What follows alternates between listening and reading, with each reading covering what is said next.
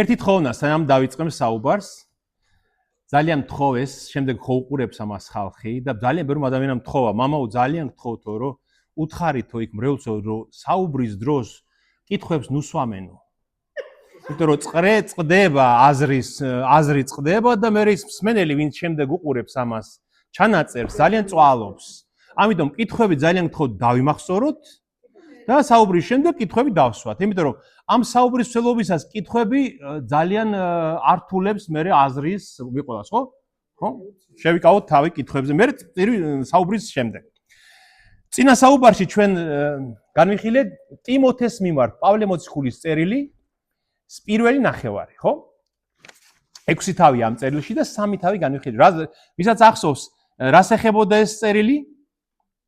ღვთისმოსაობის საიდუმლოს. პავლე მოციქული 8-ჯერ ახსენებს ამ წერილში დიდია, გაცხადებულად დიდია ღვთისმოსაობის საიდუმლო. და ღვთისმოსაობა რა ვთქვით რა არისო თუ გავიხსენოთ?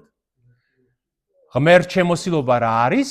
რომ ჩვენი ცხოვრების ყველა დეტალში, ყველა მომენტში, ყველა გარემოებაში ხედავდეთ ღმერთს, ხო? აი როგორც თქვით რომ ძვირფასი საათი რო გიკეთია ხელზე მაგალითად, ხო? ეს მხოლოდ საათი კი არ უნდა იყოს, აბა რა უნდა იყოს? დრო, ძვირფასი დრო, რომელიც ღმერთმა ჩემი ცხონებისთვის მომცა, ხო? ხომასეა. შემდეგ შემდეგ საუბარზე მახსოვს თქვენთან გითხეს რომ მანქანა რა არისო მამაო ღვთისმოსაობის ღვთის ასე მანქანა რა არის? უთხარია მანქანა არის მეთქი ანგელოზის ფრთები მეთქი. რომ მიუნხენიდან შტუტგარტში უცბად 2 საათში ჩამოვფრინდი მე თქვენთან და შევძელით ღვთისმსახურება, გესმით? აი ასე უნდა უყურო ყველაფერს. თავისი ღვთაებრივი დანიშნულების თვალსაზრისით, ხო? და ხო, პავლე გვეუბნება რომ აი ასე იცხოვრეთ. ტიმოთეს ეუბნება უბრალოდ, ტიმოთე იყო ეფესოსში მის მიერ დადგინებული ზედამხედველი, ნუ ეპისკოპოსი ეფესოსი, ეფესო იყო ქალაქი წინა აზიაში, დღევანდელი თურქეთის ტერიტორიაზე და პავლემ იქ 3 წელიწადი გაატარა, ყველაზე მეტი დრო იქ გაატარა პავლემ თავისი მისიონერული მოღვაწეობის და შემდეგ ტიმოთე დატოვა იქ ზედამხედველად სარწმუნოების და მას წერს პავლე უკვე როგორც ჩანს ტყვეობაშია, ეს წერილი დაწერილია 63 და 66 წელს შორის. პავლე უკვე აი ნერონის დროს რომ დევნა იყო დიდი ქრისტიანების, როგორც ჩანს აი იმ ტყვეობაშია უკვე პავლე და მეორე წერილში ტიმოთეს მიმართ წერს რომ უკვე ჩემი სიცოცხლე აღსასრულს უახლოვდება, მალე მას სიკვდილი დასჯიან და აი ეს ბოლო წერილებია, როგორც ანდერძი პავლესი ტიმოთეს მიმართ. ტიმოთე არის მისი ახალგაზრდა მოწაფე. მას ეძახის ჩემს საყვარელ შვილს. ტიმოთე სავარაუდოდ აქ ჩვენ ნახავთ და საინტერესოა, სავარაუდოდ იქნება დაახლოებით 30 წლის ახალგაზრდა კაცი. 30-32 დაახლოებით ასეთი ასაკისაა და როგორც ჩანს, ტიმოთე ცოტა მორიდებული კაცია, მორიდებულია, თან თავისი ახალგაზრდობის გამო რაღაცებში მორიდებულია, ვერ ბედავს და პავლე ამხნევებს მას, ამცნე, დაარიგე, დამოძღრე, არ შეგეშინდეს, თამამად იქადაგე ღვთის სიტყვა ეუბნება პავლე და ეს წერილი ეხება ღვთისმოსაობის საიდუმლოს, ხო? და ბოლოს ჩვენ ასე დავამთავრეთ, მესამე თავის ბოლოს იყო ასეთი მუხლი. უეჭველა დიდია ღვთისმოსაობის საიდუმლო, ღმერთი გამოჩნდა ხორცით, გამართლდა სულით, ეჩვენა ანგელოზებს, ქადაგებული იქნა წარმართა შორის, სარწმუნო იქმნა ქვეყნისთვის და ამაღლდა დიდებით. და გადამწყვეტი სიტყვა არის აქ, ღმერთი გამოჩნდა ხორცით. ანუ მიუწდომელი, გარეშე მოუწერელი, უსაზღვრო და უხილავი ღმერთი გამოჩნდაო როგორ? ხორცით. ადამიანის სხეულში, ადამიანის ბუნებით. და ამიტომ პავლე ეუბნება, რომ რადგან ღმერთმა ინება, რომ ხორცში დამკვიდრებულიყო, ყველაფერს მატერიალურს შეხედე როგორც სულიერს.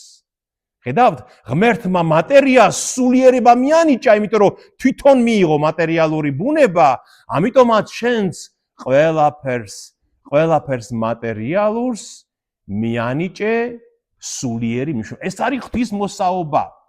გესმით და აი შემდეგ ამ მეორე ნახევარში ეუბნება ღვთისმოსაობაში გაიწვრთენი თავი. ივარჯიშე. გიმნაცეი ეუბნება, გიმნაცეი არის ბერძნული სიტყვა, რომ გიმნასტიკა ხო აქედან მოდის. ივარჯიშე, გაიწვრთენი შენი თავი ღვთისმოსაობაში. თქვენ როგორ გონიათ, ღვთისმოსაობაში თქვენის თავის გაწრთნა რას ნიშნავს? როგორ უნდა გავიწრთნათ ღვთისმოსაობაში?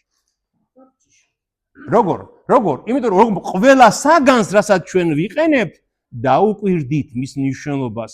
რა არის თქვენთვის ეს? აი ერთმა ადამიანმა ესეთი რამე თქვა, რომ აი მე რო ხორცს რომ მივირთმეო, ეს ხორციც კი მე მაგონებსო, რომ ვიღაცის სიცოცხლე გაიწირა, იმიტომ რომ მე ხორცი მიმერთმიაო, ხო? მის ვიღაცის რა, ცხოველის სიცოცხლე, ხო, მაგრამ რას გადატანიშნოთ, რას მოგვაგონებს ეს ჩვენ?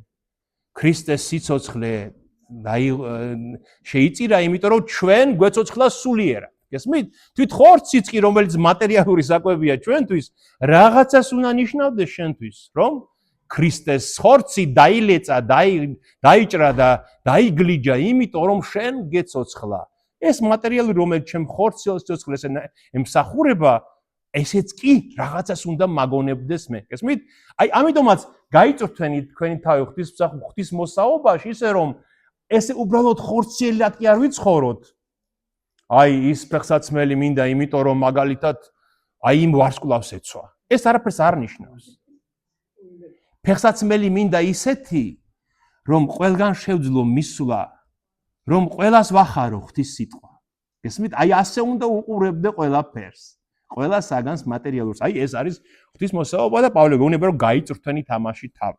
მოდი დავიწყოთ მეოთხე თავიდან, ბოლო სამი თავი განვიხილოთ.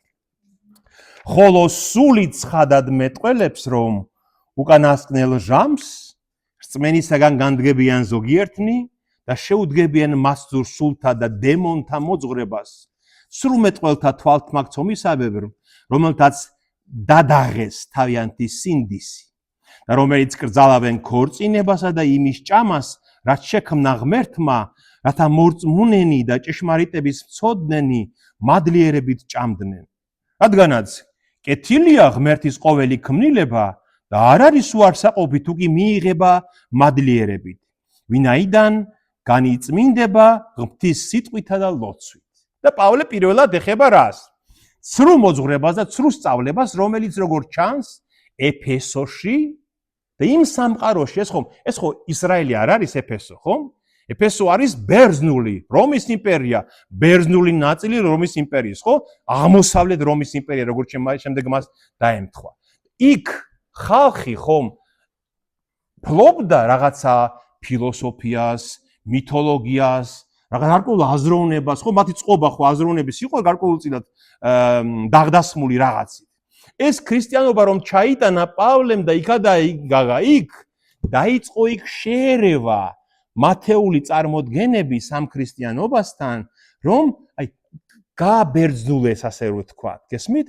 და პირველ რიგში იყო საშიში მათთვის ფილოსოფიური შეხედულებანი მათი, ხო? ბერძნული ანტიკური ფილოსოფია რას ამბობს? პლატონი მაგალითად, პლატონი რას ამბობს, რომ პლატონი ამბობს, რომ ღმერთ ზემოთ, სადაც უმაღლესი სიკეთე ცხოვრობს, ანუ ღმერთს არ უწოდებს, მაგრამ უმაღლესი სიკეთე ცხოვრობს, იდეების სამყაროს ეძახის მას. იდეების სამყარო. ის არის ნამდვილი სიკეთე. და ჩვენში თავარი და ღირებული არის სული.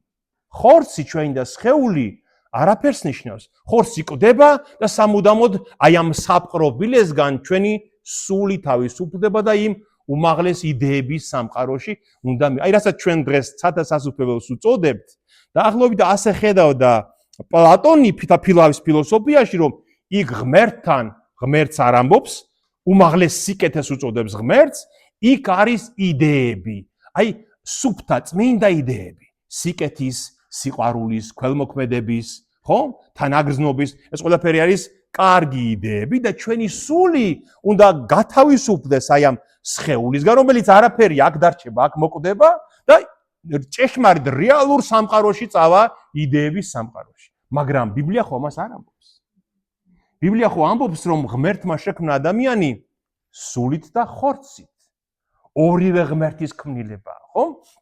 და ამიტომაც ნახეთ, გამოჩნდნენ სრულმეტყველნი და თვალთმაქცომისაბებ მეტყველნი, რომლებიც ამბობენ, რომ კრძალავენ ქორწინებას და იმის ჭამას, რაც ღმერთმა შექმნა. ანუ ეს დუალიზმი ქვია ამ ასეთ შეხედულებას, რომ დუალურია, ორმაგია ეს ხორცი და სული. ხორცი ცუდია, სული კარგია. ამიტომაც რაც ხორცს ემსახურება, ქორწინება ხომ ხორცსაც ემსახურება, ხო? იმიტომ რომ ემსახურება მეუღლეობას, გამრავლებას, სექსუალურ მოთხოვნილებას. ამიტომ ეს ცუდია და ქორწინება უნდა აიგრძალოს ამიტომ, გესმით? საკვები, მაგალითად, ზოგი საკვები ცუდია, იმიტომ რომ ხორცის საჭიროებას ემსახურება, ამიტომ უნდა შეზღუდული იყოს საკვები. პავლე ამბობს, რომ ეს არ შეესაბამება ბიბლიურ სწავლებას, ღმერთის სწავლე, მოძღვრებას ეს ეწინააღმდეგება. ამიტომაც სრულმოძღვარნი არიან და დადაღული აქვს თავიანთი სინდისი აი ამ ცრუ სწავლებით და თავარი საშიშროება, ეს ჩვენ კარგად უნდა გვახსოვდეს. შემდეგ ისე მოხდა, რომ ეს გნოსტიკური წიგნები თითქმის სულ განადგურდა. მე-20 საუკუნეში იქნა აღმოჩენილი ერთ-ერთ უდაბნოში და იქიდან გავიგე, აი თომას სახარება, იუდას სახარება, ეს არის გნოსტიკური სახარებანი და რას ნიშნავს გნოსტიკური? გნოსტიციზმი. გნოსის, ხო? გნოსის არის შემეცნება. ეს იყო ესეთი მიმდინარეობა, ფილოსოფიური მიმდინარეობა, რომელიც შეეკედლა ქრისტიანობას, რომელიც ამბობდა, აი დუალიზმი იყო იქ უმწვავესად წარმოდგენილი და რას ამბობდა გნოსტიკოსები რას ამბობდნენ, ხო? პირველ-მეორე საუკუნეში იყო განსაკუთრებით მოდებული ეს გნოსტიკური სწავლება, რომ ორი ღმერთი არსებობს, ორი ღმერთი. ერთი ჟალდაბაოთ, ანუ დემიურგი, რომელმაც შექმნა ცუდი სამყარო. დედამიწა, აი ეს მიწიერი ყველა ხორციელი სამყარო შექმნა ცუდმა ღმერთმა, ბოროტმა, შურიანმა ღმერთმა, შურის მაძიებელმა ღმერთმა და ამბობდნენ, რომ აი ძველ აღთქმაში ის ღმერთი ზუსტად ის ჟალდაბაოტია, ის დემიურგია, რომელმაც შექმნა სამყარო, იმიტომ რომ ადამიანები აწამოს. შეიპყროს, დატანჯოს, ეს არის ცუდი ღმერთი. მაგრამ მეორე ღმერთი არის ნათელში დამკვიდრებული ღმერთი, რომელიც არის ჩვენი მიზანი, სულების ღმერთი, აი ჩვენი სული სადაც უნდა მივიდეს. და გნოსტიკოსები ამბობდნენ, რომ აი ამიტომაც ჩვენ უნდა შევიმოცნოთ ეს ჭეშმარიტება, რომ ორი ღმერთია, ცუდი ღმერთი და კარგი ღმერთი, დემიურგი და ის ნათელში დამკვიდრებული ღმერთი და იმას უნდა მივწვდეთ და ამბობდნენ, რომ აი იესო ქრისტე იმ ნათლისგან მოვიდა, იმ კარგი ღმერთისგან მოვიდა და ამიტომაც იესო ქრისტეს სხეული არ მიუღია. როგორ მიიღებდა იესო ქრისტე იმ ჟალდაბაოთის, იმ დემიურგის მიერ შექმნილ ცუდ სხეულს? ეს ხო წარმოუდგენელია და ამიტომაც გნოსტიკოსები უარყოფდნენ რას? ღმერთის განკაცებას. ღმერთის განკაცებას. გნოსტიკოსები ამბობდნენ, რომ ეს ყველაფერი მოჩვენებითად მოხდა და მოეჩვენა ადამიანებს, შემდეგ დოკეტიზმში გადაიზარდა ეს, რომ ეს ყველაფერი იყო მოჩვენებითად მომხდარი ამბავი და ეს ძალიან დიდი საშიშროება იყო ბიბლიისთვის, ბიბლიური მოძღვრებისთვის, რომელიც აუქმებს ღმერთის განკაცებას, აუქმებს მის ჯვარცმას, მის ამაღლებას, აღდგომას, ყველაფერი უქმდება. თუ მას სხეული არ მიუღია ქრისტეს, იმ ნათლიდან მოსულ ღმერთს, მაშინ რა აზრი აქვს ამ აღდგომის გარეშე ბიბლიას გესმის და აი პავლე აი ამაც წინააღმდეგაც ამბობს ამას, რომ მოდიან ზოგიერთები და უარყოფენ სხეულს და სხეულის საჭიროებებს და ისინი არიან დადაღულნი თავიანთ სინდისშიო. ასეთ სიტყვა იყო ბერძნულში კაუტერიონ. კაუტერიონ იყო მედიცინაში ინსტრუმენტი, რომელიც მოწვას ახორციელებდა. ხო, აი, ხო არის რომ ორგანო უნდა მოუწვათ, რომ არ დაჩირკდეს, ან ინფექცია არ შევიდეს, აი კაუტერიონ და აი ამ სიტყვას ხმარობს აქ რომ მათი სინდისიო კაუტერიაცო ამბობს სიტყვას. ანუ დადაღული, ან მომწვარია სინდისი. რატომ ამბობს პავლე მომწვარ სინდისს? ნახეთ, როცა სხეულს მოუწვავთ, რა ემართება იმ ქსოვილს? რა ნერვიული დაბოლოებები კანსთან იწვება, ხო, კვდება და ჩდება დიდი ნაწიბური. იმ ნაწიბურზე რაც გინდა უბწყინე, გრძნობა აღარ აქვს, ხო, იმ კანს.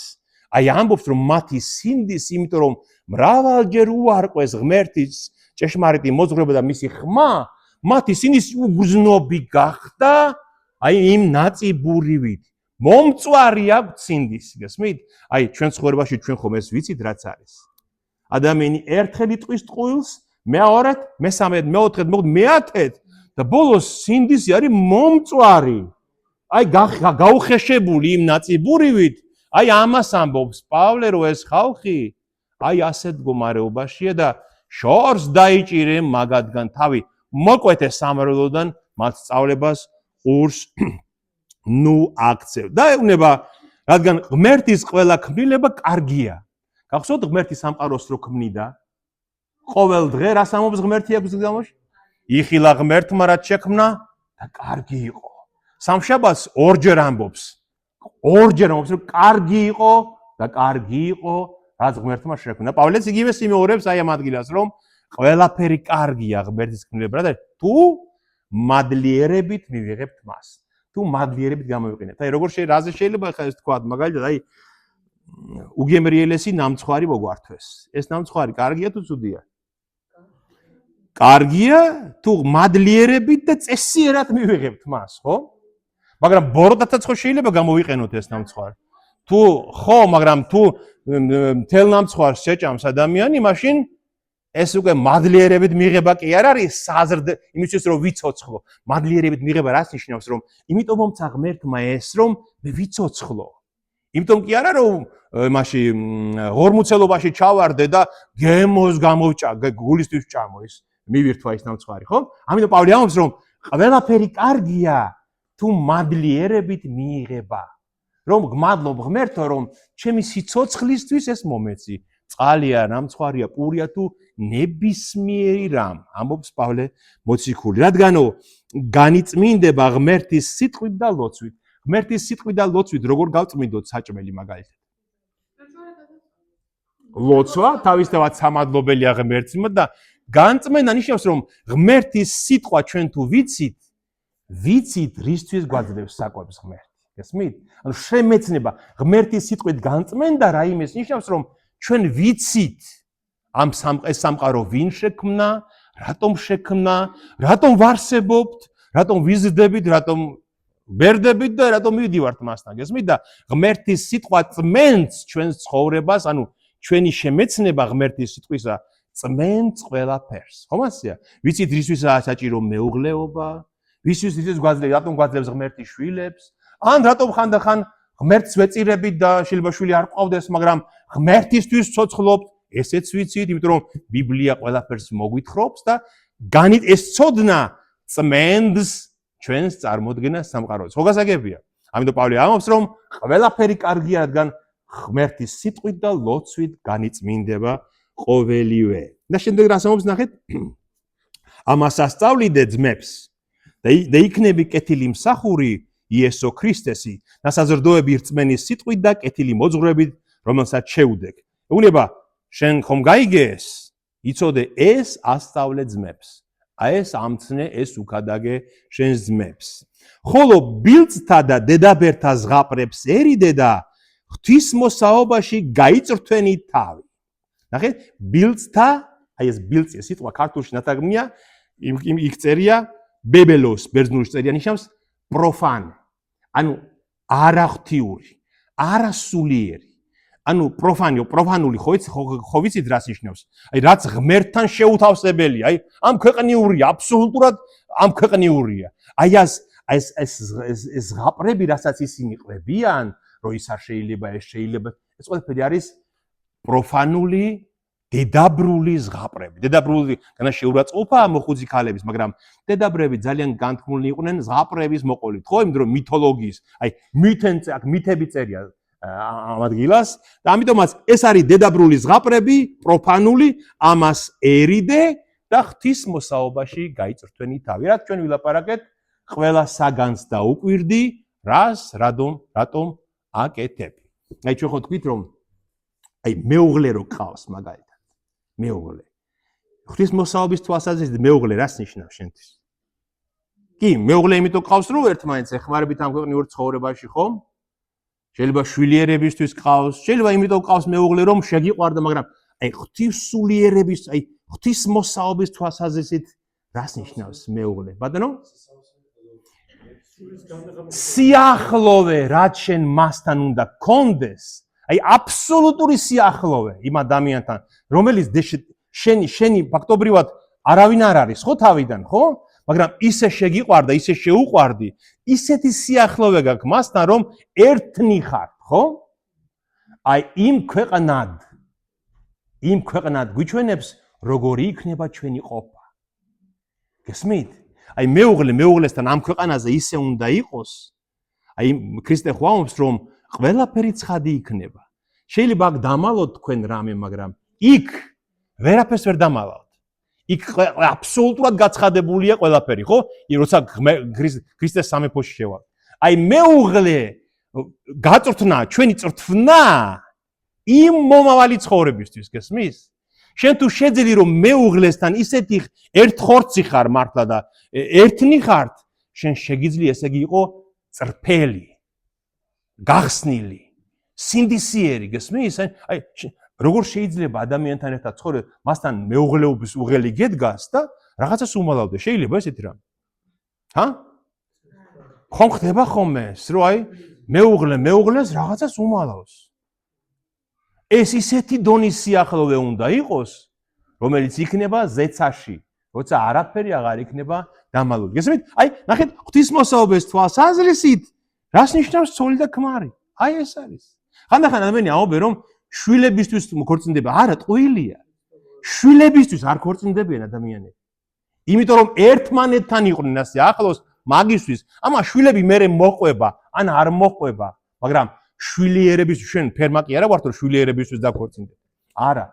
ეს არის ჩვენ შორის უნდა იყოს უსაზღვრო სიახლოვე მეუღლეებს შორის, ხო? აი ეს ამას ნიშნავს ღვთისმოსაობა. აი ამიტომაც ამბობს, რომ ის ვინც გრძალავს ქორწინებას, ღმერთის ნებას ეწინააღმდეგება და ღვთისმოსაობის წინააღმდეგ მიდის, ამ გაგებით ავლის პავლე და არ მოусვინო მართ. შემდეგ ამბობს, რადგან და ღვთისმოსაობაში გაიწრთვენი თავი, გიმნაცე ამბობს, გიმნაცე, აი გიმნასტიკა, გიმნასია, ბერძნული სიტყვა ნიშნავს წრთნას, ვარჯიშს, აი მე გიმნაზიას დაერქვა ეს სიტყვა, გიმნაზია, მაგრამ გიმნასია ბერძნულში ნიშნავს წრთნას, ვარჯიშს. და ეუბნება გაიწრთვენ, ივარჯიშე. პავლე ხშირად ხმარობს ამ სპორტულ ტერმინებს, რომ ანალოგია ეს ანალოგიაში კარგად აგვიხსნას რის თქმა უნდა მას. რადგან სხეულის წრთნა ცოტა რამეში წაგადგება, ხოლო ღვთისმოსაობა ყოველხრივ სასარგებლოა, რაკიღა აქვს აღთქმა აწინდელი სიცოცხლისას და მერმისისაც. სხეულის გიმნასტიკა, სხეულის ცოტა რამეში გამოგადგება. რატომ? იმიტომ რომ განაიმას ამბობს, რომ ფუჭია სხეული. არა, სხეულის წრთნა კარგია, მაგრამ ცოტა რამეში გამოგადგება, იმიტომ რომ მხოლოდ ამ ქვეყანაზე რჩება შენი სხეული. მაგრამ ღვთისმოსაობაში ვარჯიში, ღვთისმოსაობაში გიმნასია აქაც გამოგადგება. აქაც ნეტარი იქნები შენ ცხოვრებაში და იმ ქვეყნიურისთვისაც გამოზადებული და გაწრთნილი იქნები ამბობს. სარწმუნოა ეს სიტყვა და ღირსი ყოველგვარი შეწყნარებისა, რადგან იმიტომ შრომობთ და ვიგმობით, რომ ვესავ ცოცხალ ღმერთს, რომელიც არის ყოველი კაცის და მით უმეტეს მორწმუნეთა მხსნელი. აი ეს რაც გითხარი ამბობს პავლე, სარწმუნოა და ყოველგვარი შეწყნარების ღირსია, რომ მიიღო თვალდახუჭულმა ეს რაც მე ახლა გითხარი შენ. ამას ამცნებდე და ასწავლიდე. აი ეს რაც გითხარი, ეს ცნება დაუდე შენ სამრევლოებს. აი დღეს გვდლებმა და ეპისკოპოსებმა აი ეს მცნებად უნდა დაუდონ თავის სამრევლოებს, რომ აი დაეხმარონ, რომ ღვთისმოსაობაში გაიწრთნას ხალხმა თავი. თქვენ წინასაუბრის შემდეგ სცადეთ, რომ თქვენი თავი გაგეწევათ ღვთისმოსაობაში. და იფიქრეთ ცოტა ამაზე, აი რას ნიშნავს თქვენს ცხოვრებაში.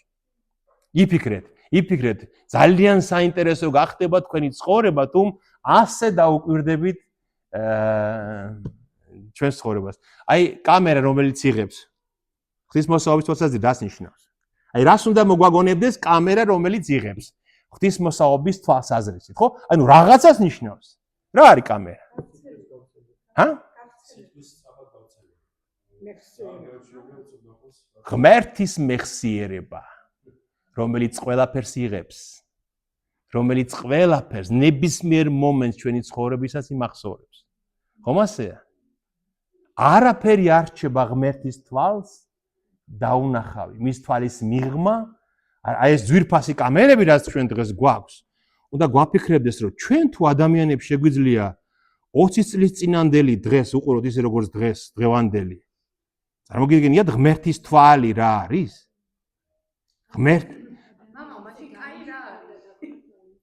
ხო, ზუსტად ამიტომაც მოგცა ღმერთმა ეს ნიჭი და უნარი, რომ განვითარებულიყო ეს ყველაფერი ასე, რომ ღმერთის თვალი რამდენად ყველაფრის მხედველია, ამითიც უნდა მივხვდეთ ჩვენ, ხო? ამ პატარა ტელეფონს თუ ამდენი რამის გადაღება შეუძლია, რა შეუძლია ღმერთს და მის მეხსიერებას, ხო? აი მაგალითად რაც ნიშნავს კამერა. დიახ.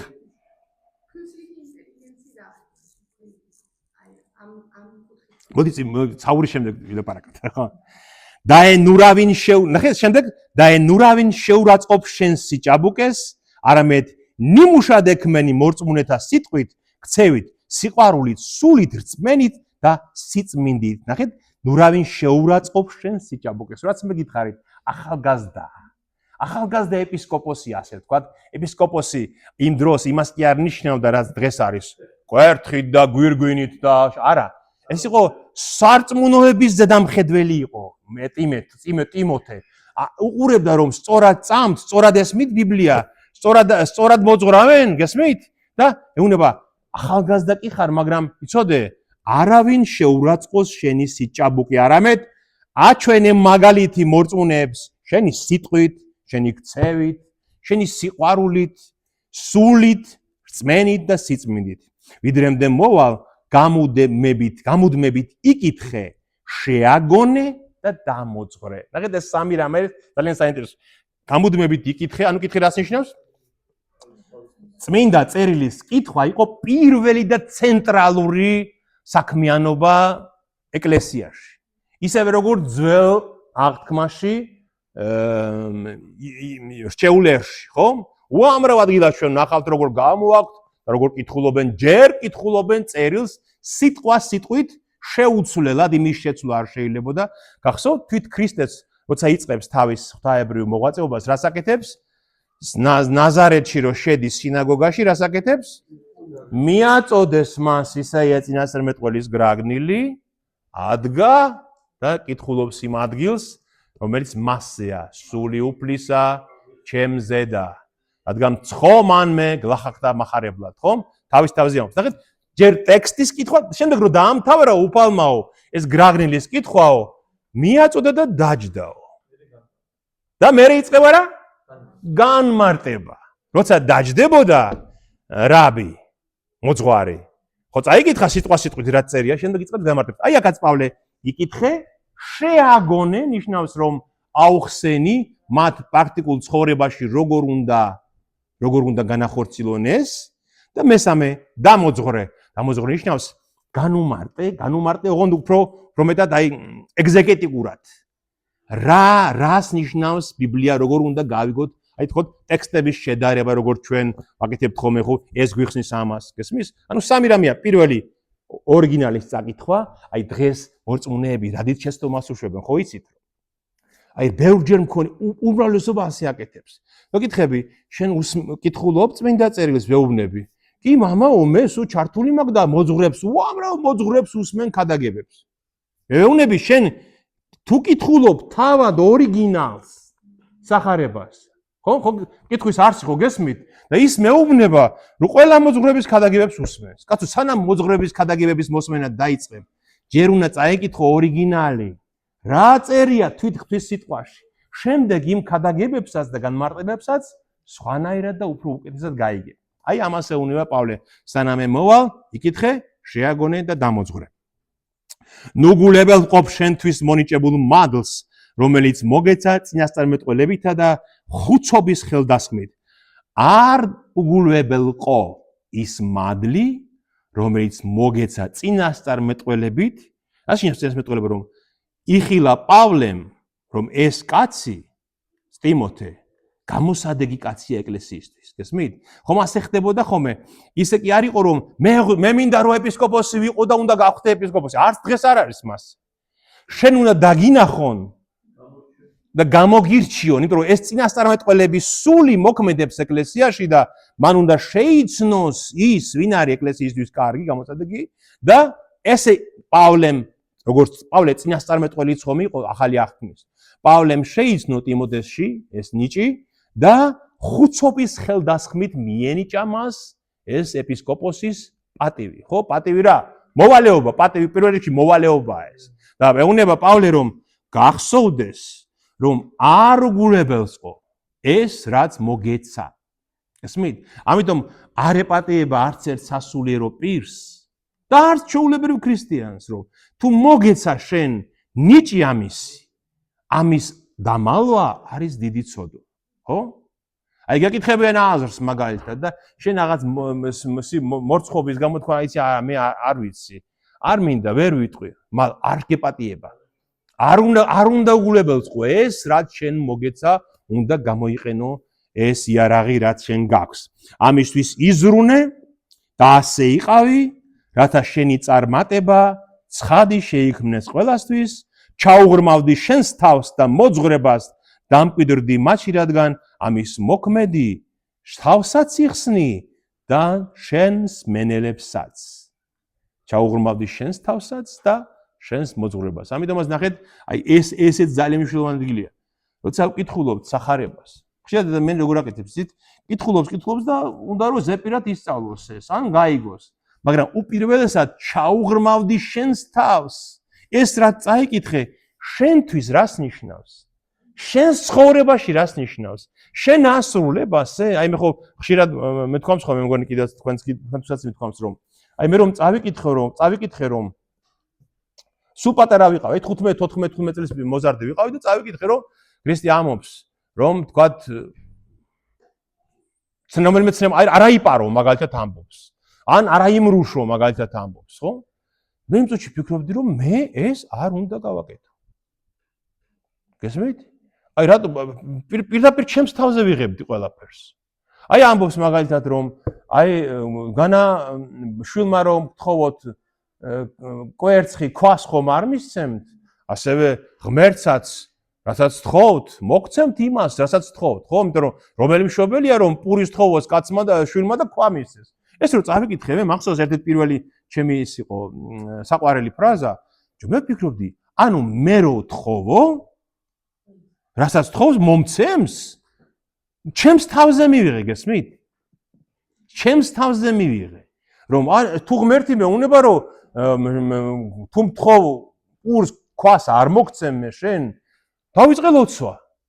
იმ წუთში გადავწყვიტე რომ მე უნდა დავიწყო ლოცვა, იმიტომ რომ აი ეს სიტყვა ჩემთვის არის, ჩემთვის, გესმით?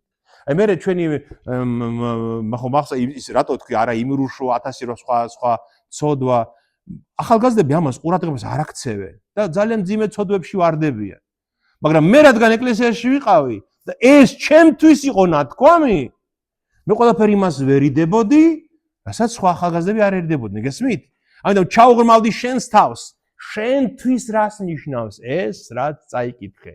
ამიტომ ეს არის ძალიან, აი რეფლექსიას ეძახიან ამას, ხო დღეს, ვინ არის ის? რეფლექსია გააკეთე შენს თავზე, შენ როგორ აკეთებ. რადგან თუ ასე მოიქცევი, შენ თავსაც იხსნი და იმათ ვინც გისმენს შენ. და მეხუთე თავი. ეხლა პავლე გადადის ეკლესიაზე როგორც ერთ ოჯახზე. და თქვენ ნახავთ, რასაც დარიგებებს აძლევს, ზუსტად ოჯახში როგორც უნდა იქცეოდეს კაცი, ისეთ დარიგებებს აძლევს. ამიტომაც ჩვენ ყველას უნდა გვახსოვდეს, რომ ეკლესია არის ჩვენი ოჯახი, ნამდვილი ოჯახი. ნახეთ რა შეუნება? მოხუც კაცებს ნუ გაუჯავრდები, უნება. არამედ შეაგონე როგორც მამას. ხოლო ჭაბუკებს როგორც ძმებს. ხედავ? მოხუც მამას ვინ დაყვირებს ახლა სახში, აი მითხარი. ხო? ასევე ეკლესიაში პავლე ეუბნება მოხუც კაცი რო არის მრევლში და შეიძლება რაღაცები არ ესმოდეს, არ გაუჯავრდე. უხეშად, ნუ გადაული ზედ ამ მოხუც კაცს. იმიტომ რომ მოხუცია და შეიძლება რაღაცები არ იცის. გესმით? აი როგორც სახში იქცევი, ხო? შემდეგ ეუბნება ახალგაზრდა ჭაბუკებს როგორც ძმებს ისე დაელაპარაკე. დედაბრებს როგორც დედებს, ქალწულებს როგორც დებს თელი სიწმინდით. როგორც შენს დას, დებს ისე მოეკეცი ქალწულებს. ანუ ახალგაზრდა გოგონებს, ხო? გესმით? და თან ეს ტიმოთე, ასე თქვა, დღევანდელი გაგებით ეპისკოპოსია. აი ესე უნდა ექცეოდეს ზედამხედველი ეპისკოპოსი თავის მრევლს და ხალხს, ხო? ამიტომაც მე ერთი ამასთან საქართველოში ვიყავი, ერთი კარგი ეპისკოპოსია და მიტროპოლიტია. ხო და მოსული იყო ერთხელ ერთ ლოცვაზე და ღუდლებს ხელზე გვემთხვია თვითონაც. ჩვენ რო ვემთხვიეთ მას ხელზე, ხო, ეს ხო ეს წესია. თვითონაც ხელზე გვემთხვია მიტროპოლიტი, წარმოიდგინე. რატო? იმიტომ რომ სიყვარული გამოხატა ამითი ჩვენი წოდების მიმართ, გესმით? ჩვენ გავაუგნდით ახლა, ჩვენ ხო ხელი გამოგვიწოდა და ჩვენ ვემთხვიეთ, როგორც იმიტომ რომ მისი მაკურთხეველი მარჯვენა ქრისტეს განასახიერებს და მან ხელი რომ მივეცით, თვითონაც აიღო ჩვენი ხელი, თვითონაც გვემთხვია. იმიტომ რომ ჩვენც ალბათ იმ გაგებით გააკეთა ეს, რომ ჩვენც ერთ საქმეს ვემსახურები და იმდენად დამდგმული კარგად შემაწუნებელი იყო, კაი გაგებით, რომ სულ სხვა არის ასეთი ეპისკოპოსი, ხო? ესმით, ასეთი უნდა იყო. როგორც შენი ოჯახის წევრებს ისე უნდა ექცეოდე სიყვარულით. ქრივ ქალებს პატივი ეცი. ჭეშმარიტ ქრივებს. ეხლა ეს მონაკვეთი არის ქრივებზე. ნახეთ, მოდით ძალიან წავიკითხოთ და მე განვმარტოთ რას ამბობს. ეკლესიაში ერთ-ერთი თავარი მოვალეობა ძველ აღთქმაშიც, ძველი აღთქმის სალოცავში და ახალ აღთქმაშიც ქრივების ჯგუფი. ესმით? რადგან აი ფსალმუნშიც ხომ არის, ნახეთ, აი 155 ფსალმუნი რო ამბობს, უფალმან დაიცვნის მწირნი, ობოლი და ქრივი შეიწყნაროს. ნახე, უფალი იცავს ობოლ, მწირებს, მწირი ვინ არის? ტოლვილებს, ობლებს და ქრივებს. ასევე 67 ფსალმუნში წერია, ნახეთ, რომელი იგი მამარს ობოლთა და მსაჯულია ქრივთა. ესმით, ამიტომაც ქრივები რაღაც განსაკუთრებული ჯგუფი იყო, რატომ? როგორ გონიათ რატომ? იმიტომ რომ იმ დროს, როცა არ არსებობდა დაზღვევა, არ არსებობდა რაღაცა ხელფასი, არ არსებობდა მემკვიდრეობა, ესეთ გარკვეულად, ხო?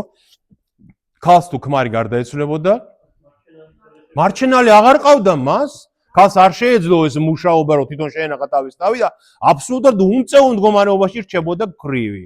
ამიტომაც ძველ აღთქმაშიც გვაქვს ჩვენ ქრივების შემდგარი, რუთი მაგალითად ქრივი იყო დაქრივდა და შემდეგ დარჩა ისრაელში, რუთის წიგნში ამოთხრობილი. ასევე გახსოვთ ელია წინასწარმეტყველი რომ მიივლინა ქრივ ქალთან, რომელთანაც ცხოვრობდა იმ შიმშილობის დროს და იმას ეხმარებოდა, იმ ქრივ ქალს ეხმარებოდა. ხო? ეს ქრივები ძალიან გამოკვეთილი ის არის. შემდეგ გახსოვთ ქრისტეროზის ტაძარში და ქრივი რო შემოვა და ორ წვლილს რო ჩააგდებს, ორ ლეპტას და ქრივზე რომ ამ ქრივმა თელ თავის ქონება ჩააგდო, გესმით? და ხო და ახალი აღთქმის, როდომ? ხო, ქრივის ერთადერთ შვილს რო აღადგენს დაინელი გალის ქრივის შვილს, ხო და მაგრამ ამიტომაც ახალი აღთქმის ეკლესიაში პირველივე წლებიდან, როცა სულთმოფენობის შემდეგ ეს ჯგუფი გამოიყო ქრივების, აი მაგალითად ნახეთ, მოციქულთა საქმეში არის ესეთი შემთხვევა, მე-6 თავშია ეს, მე-6 თავში, ხოლო იმ დღეებში, როცა იზრდებოდა მოწაფეთა რიცხვი, ელინისტებს შორის დაიწყო დრტვინა ებრაელთა წინააღმდეგ, იმის გამო რომ მათი ქრივი ქალები უგულებელყოფილი იყვნენ ყოველდღიური მსახურებისას. ანუ ელინისტები ვინ იყვნენ?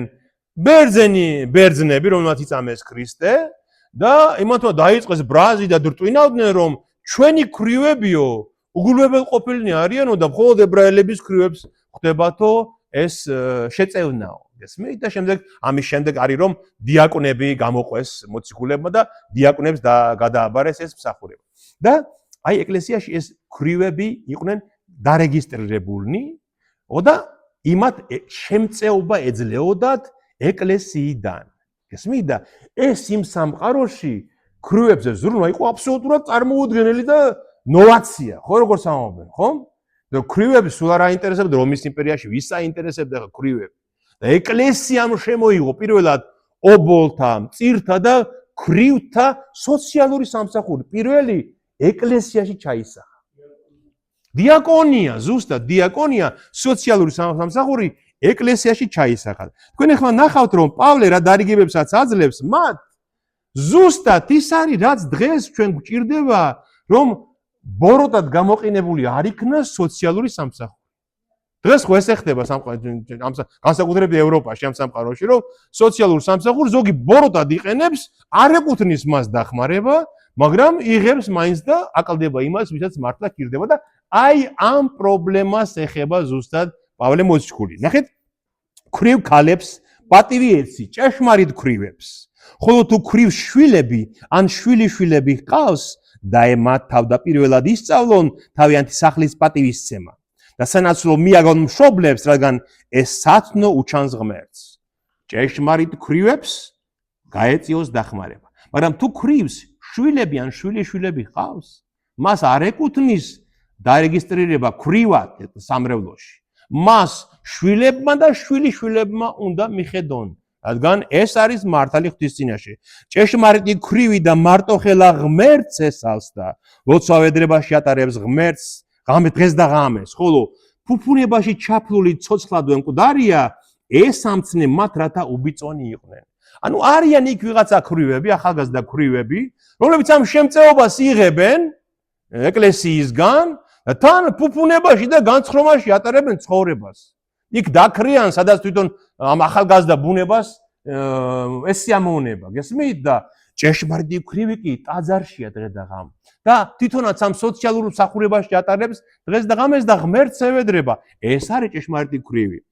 ხოლო თუ ვინმე თავისიანთა და მით უმეტეს სახლეულთათვის არ ზრუნავს, წმენის უარმყოფელია და ურწმუნოზედაც უარესი. და ის ხალხი, ვინც შვილები და შვილიშვილები, ვინც დაქვრივებულ დედას ან ბებიას ყურადღებას არ აქცევენ, ის უღმერთოზეც უარესნი არიან, ისინი ამბობს პავლე მოციქული. ქვრივი შეიძლება არჩეული იყოს არანაკლებ 60 წლისა, ანუ ქვრივი ამ რეესტში, ქვრივების რეესტში, უნდა შეიძლება შეყვანილი იქნეს, ვინც არის არანაკლებ 60-ისა, ანუ უკვე ასაკს გადასული, რომელსაც გათხოვების სურვილი, ასე ვთქვათ, ალბათ აღარ აქვს უკვე. და ერთი ქმარი ჰყავდა მას. რატომ? იმიტომ რომ ვისაც მრავალი ქმარი ჰყავდა, მას მარჩენელი უნდა ჰყავდეს მას, ხო? ზუსტად ესეა, ხო? ასე. ერთი ქმარი ჰყავდა, დაქვრივდა და შემდეგ თავი მიუძღვნა ტაძარს და მის ტაძრის მსახურებას, ხო? და უნდა იყოს ის კეთილსაქმეთაგათვის კეთილი მოწმობით შემკული, მოწმობა უნდა ქონდეს მას, რომ კეთილ საქმეებში აქვს გატარებული ცხოვრება, რომ დაზარდა შვილები, რომ ასპინძლობდა სტუმრებს, რომ ფეხებს ბანდა წმინდებს, რომ შეეწეოდა გაჭირვებულებს, რომ გულმოდგინე იყო ყოველი კეთილი საქმის მიმართ, რომ მისი ცხოვრება მან გაატარა კარგად, კეთილად, ფეხებს ბანდა, ანუ ემსახურებოდა ეკლესიის წევრებს და შეეწეოდა, თავადაც შეეწეოდა გაჭირვებულებს, ანუ იგივე და დღეს რომ შენ თუ იხდი სოციალურ სამსახურში, როცა შენ ხდები შემწეობის მდგომარეობაში აღმოჩნდები, ისიც გაბგიბრუნებს შენ, ხომ? ასეა. აი არბაიცლოზენ გელს რო ვიხდით დღეს ჩვენ. მე როცა ხდებით არბაიცლოს, იქიდან გვეგზაო დახმარება. აი ეს ნახე და ჩანასახია ეკლესიაში. ეკლესიამ დაუდო ამას საფუძველი და ეს დღეს აღარც ახსოვს ბევრს. ხოლო ახალგაზრდა ქვრივებს ერიდე. იმ ახალგაზრდა ქალებს, რომლებიც დაქვრივდნენ, ერიდე, რადგან ქრისტეს ზურგს აქცევენ ხოლმე და კვლავ გათხოვებას სურთ.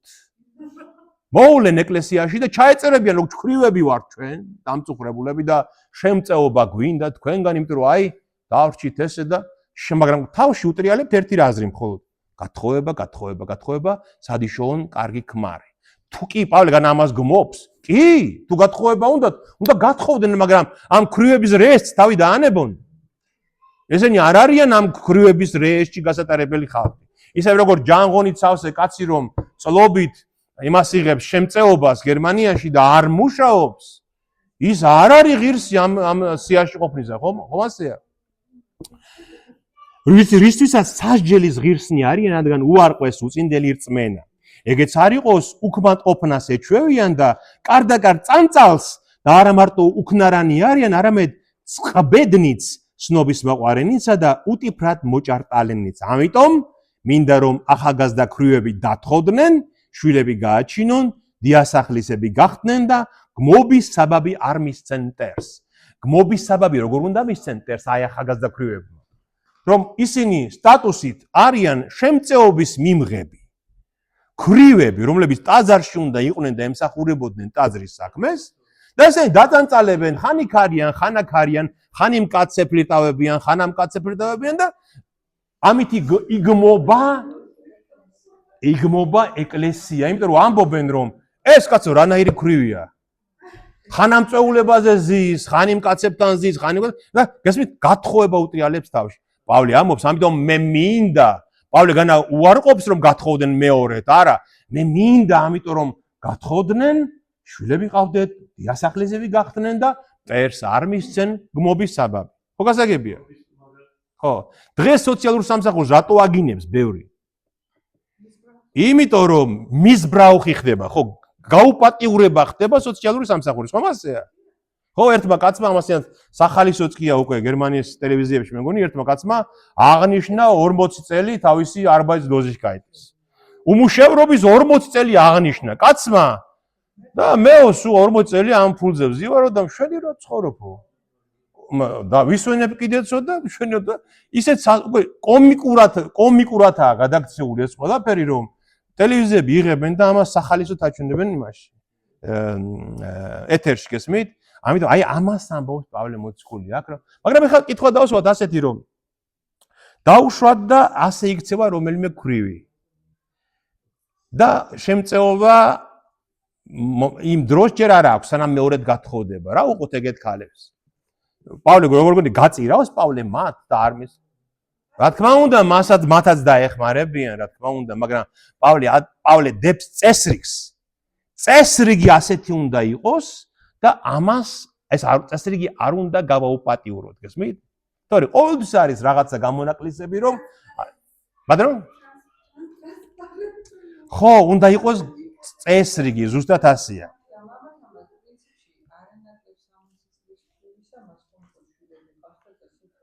ხო, მაგრამ აქ შემთხვევა იმაზე ლაპარაკი, რომ იქნებ შვილები აღარ ყავს. შვილები გაუზდიან, მაგრამ შეიძლება გარდაეცვალა შვილები. აი ესეთ ქალზეა ნათქვამი, რომ 60 წლისაა და აღარ ყავს შვილები, გარდაიცვალნენ, ხო ხდება ხოლმე, ან ავადმყოფობის გამო, არ ამის გამო და მაშინ იყო, ხო და აი ამას გულისხმობს პავლე, კი? რადგანაც ზოგმა უკვე გადაუხვია გზას და მიჰყვა სატანას თუ რომელიმე მორწმუნე კაცს ან ქალს ქვრივი ნათესავი ყავს, ხელი შეუწყოს მათ, რათა ეკლესიას არ დააწუნენ ტვირთად და შეიძლოს ჭეშმარიტ ქვრივთა შეწევნა. ნახეთ, პასუხისმგებლობას აკისრებს ასევე ნათესავებს.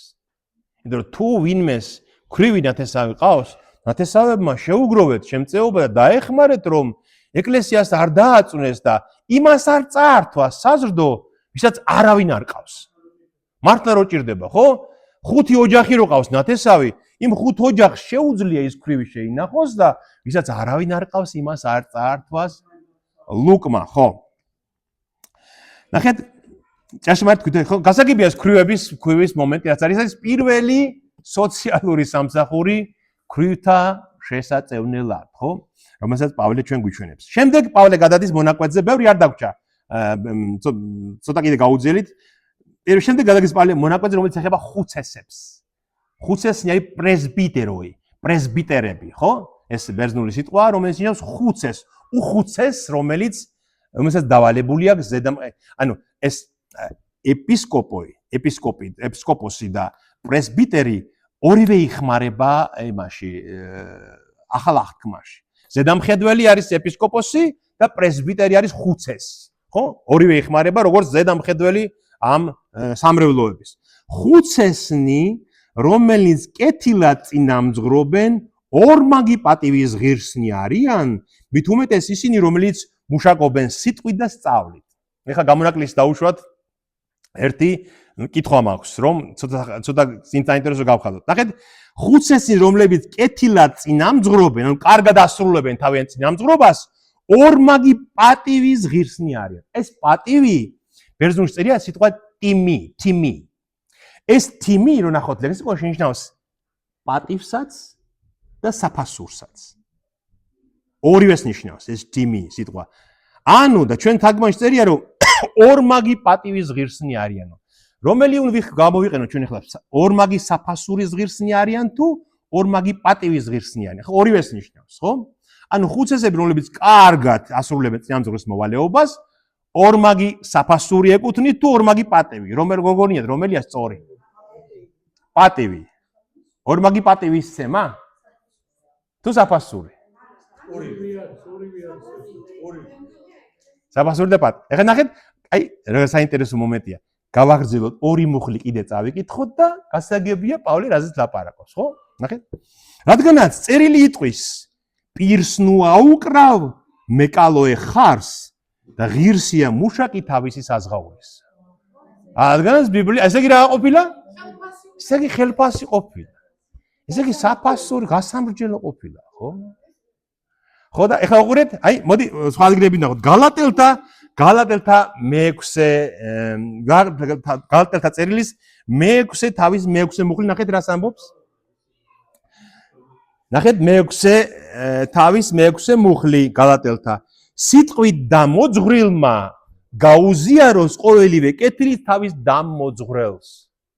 ანუ ვინ სიტყვით დამოძღვრესო გაუზიაროს იმას ვინც დამოძღვრაო ყველაფერი კეთილი რაც მას აქვს, პავლე ამბობს. ასევე ნახეთ კორინთელთა მიმართ პირველი წერილის მე-9 თავის მე-14 მუხლი.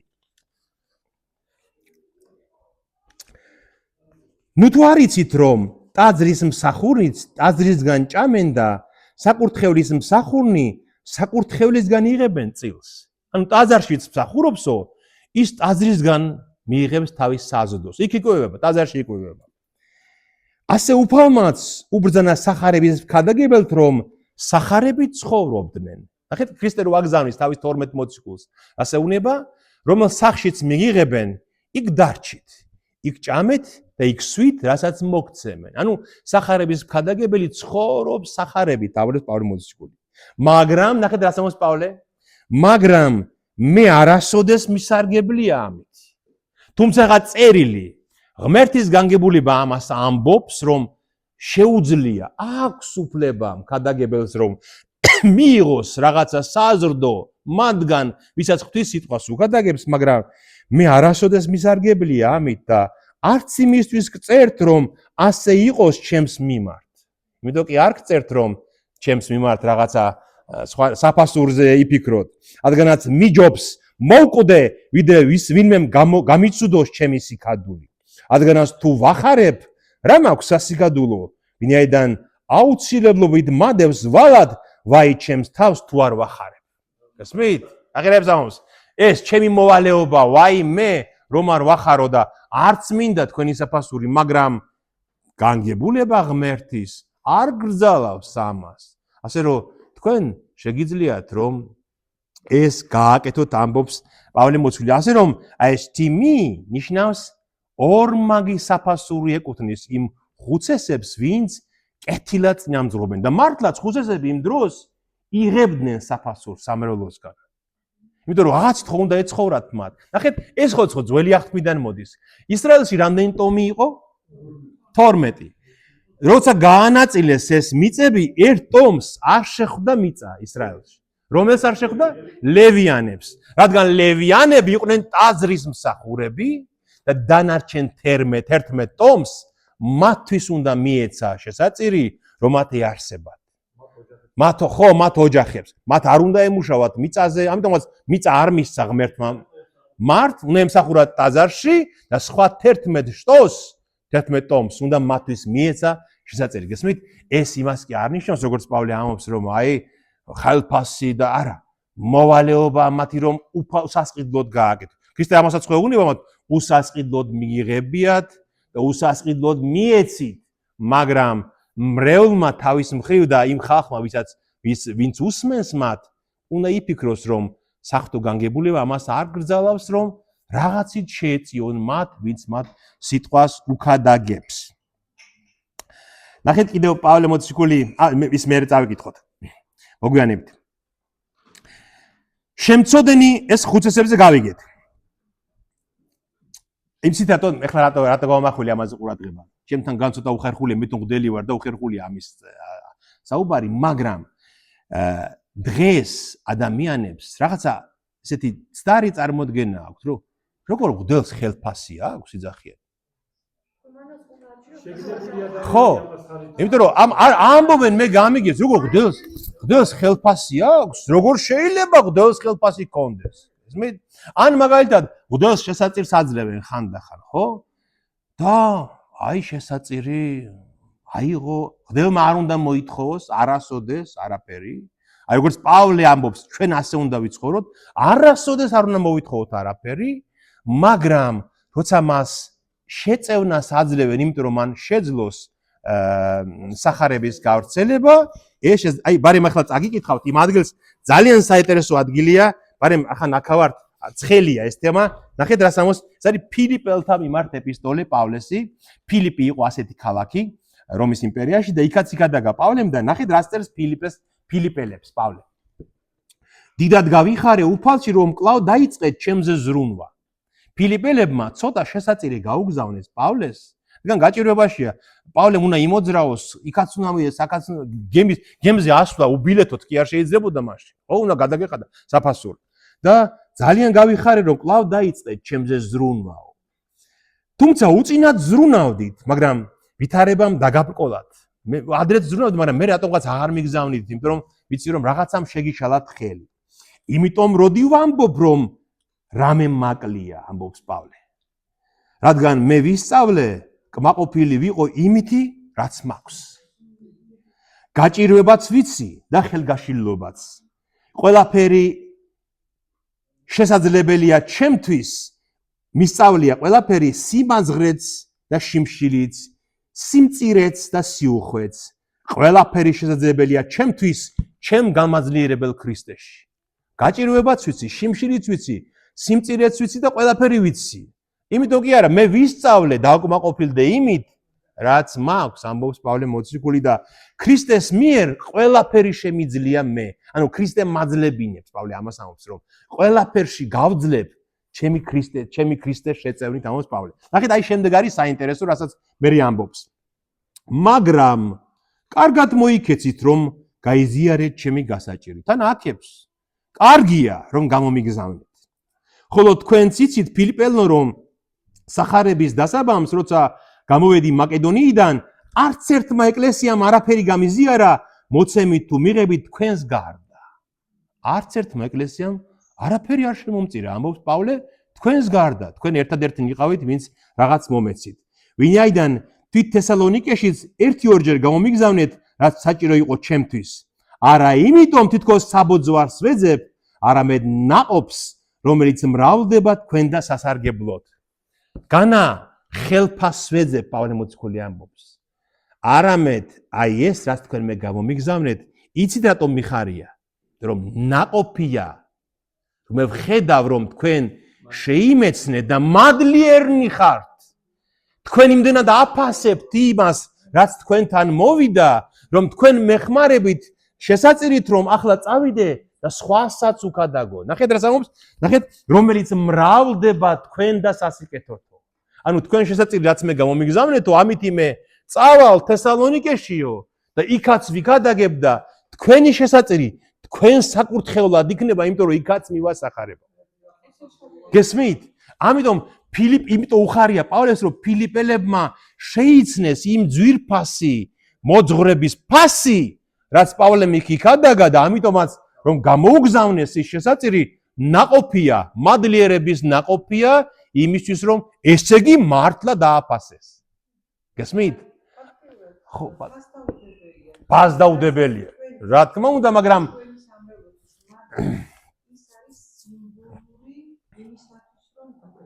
ზუსტად ეს არის მადლიერების ნაყოფი და პავლეს ფილიპელთა შესაწირი გაამდიდრებდა. მეორე დღესვე გემზე გადაიხდი და წავიდე და სადღაც, ხო? ან რა თუნდაც იმიდრე პავლეს, მაგრამ პავლეს უხარია, იმიტომ რომ ესე იგი დავინახე რომ აფასებთ.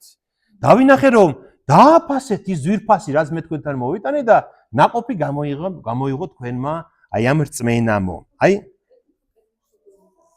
უფრო კეთი ხო, რა თქმა უნდა. შემდეგ ნახეთ გადადის უფრო სხვა საკითხზე. შემწოდენი ყველას წინაშე ამხილე, რათა ეშინოდეთ დანარჩენს.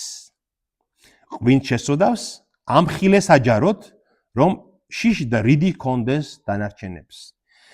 ღმერთის და უფლის იესო ქრისტეს და რჩეულ ანგელოზთა წინაშე გემუდარები პირუთნელად დაიმარხო ეს და ნურაფერს აღასრულებ მიკერძოები. ეს არის ძალიან მნიშვნელოვანი მომენტი.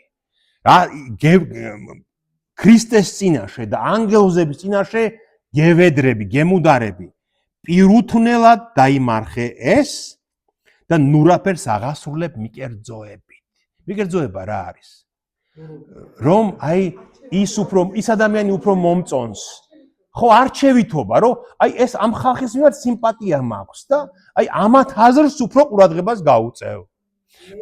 ხო, პირუთნელი რას ნიშნავს ქართულ სიტყვაში? აი გერმანულში რო არის ohne Vorurteil.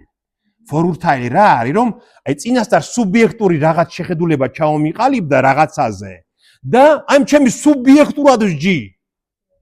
დამღუპელია პავლე, უნება რომ უფლის და ანგელოზების წინაშე იცოდე გიმოწმებ.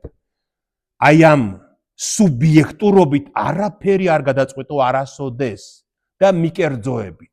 იყავი აბსოლუტურად ნეიტრალური, ობიექტური და ჭეშმარიტებით გადაწყვიტე ყველაფერი სამრევლოში, ხო? როგორ დიდებული დარიგებაა, ხო? ეხლა არა მარტო ტიმოთე, მე რომ მოვისმინეს, თქვენ რომ მოისმინეს, ამაზე კაი რა უნდა იყოს? ნახეთ, სავსე აი ეს ეტი წერილი დახუნძნულია ცნებებით, ხო? 30 მცნება, 30-ზე მეტი მცნება, აი ამ ერთ პატარა წერილში. რა თქმა უნდა, თავი ტიმოთეც მის საყვარელი შვილი იყო, სულიერი შვილი იყო, მაგრამ ეუნება რომ იცოდე მიუხედავად ამისა სუბიექტურობის გარეშე ყველაფერი და მიკერძოებულების გარეშე. ხო. ნაჩქარი, ნახეთ კიდევ რა არის? ნაჩქარევი ხელდასხმისგან თავი შეიკავე, ნუ ეზიარების ხვის ცოდვებს და წმინდად შეინახე თავი. კიდევ ერთი მცნება. ეპისკოპოსებს ეხება ეს ცნება. ნაჩქარევად ნურავის დაასხამ ხელს. მღვდლად ნურავის დაასხამ ხელს ნაჩქარევად და მისი ცოდვების მოზიარე ნუ გახდები. რას ნიშნავს ეს? რომ ის შემდეგ რა ცოდვებსაც ჩაიდენს მოუმზადებელი რო გახდება მღვდელი, ის შენზე გადმოდის ის ცოდვები. იმიტომ რომ ის ამდენ ადამიანსაც დააზიანებს, დააზარალებს და დაღუპავს, სხვისი ცოდვების მოზიარე ნუ გახდები, იმიტომ რომ იცოდე რომ შენ თუ ვიღაცას მოუმზადებელს, უღირს, უცოდინარს, დაასხი ხელი, წავა დაღუპავს სულებს და შენზე იქნება ის ცოდვა. ამიტომაც უნდა დაფიქრდეს ადამიანი, როცა მღვდლობა, მღვდლად-კურთხევა და ეპისკოპოსად კურთხევა არის უსაშინლესი მოვალეობა. ძალიან დიდი საშინელებას დევს ამას. საშინლება კარგი გაგებით, იმიტომ რომ თუ შენ არასწორად ასწავლი, უპავ ადამიანებს. ან აფრკოლებ ადამიანებს, ხომ? ცუდად მოიქცევი და იტყვის ეს არის ქრისტიანო, ეს არის ეკლესია და წავა და შეიძლება აღარასდროს აღარ მოვიდეს, ხომ ასეა? ამიტომაც აფრთხილებს პავლე ტიმოთეს, რომ ნაადრევად ნურავის დაასხავ ხელს. ამიერიდან მარტო წყალს კი ნუსვამ, არამედ ცოტა ღვინოც იგემე, ეს მოუხდება შენ სტომაქსა და ესოდენ ხშირ სნეულებას. თქო, ავადა სნეული კუჭი აქვს ტიმოთეს, როგორც ჩანს და პავლეს წერს როგორც შვილს, რომ მოეშვი მარტო წყლის მას და ღვინოს დალია ცოტა. თქო, როგორც ჩანს ტიმოთე არ სვამს ღვინოს, რომ მოერიდოს ამ სასმელს და პავლე უნება არა დალიე ღვინოც სიკეთისთვის მოგცა ღმერთმა, ღვინოსაც ღვთისმოსაობით შეხედე და შენ კუჭს მოუხდება ცოტა ღვინის მაც. ნახეთ და ეს არის 24-25 მუხლები არის აი ძალიან მაგარი მუხლები. დაიმახსოვრე. ნახეთ რას ამბობს. ზოგიერთ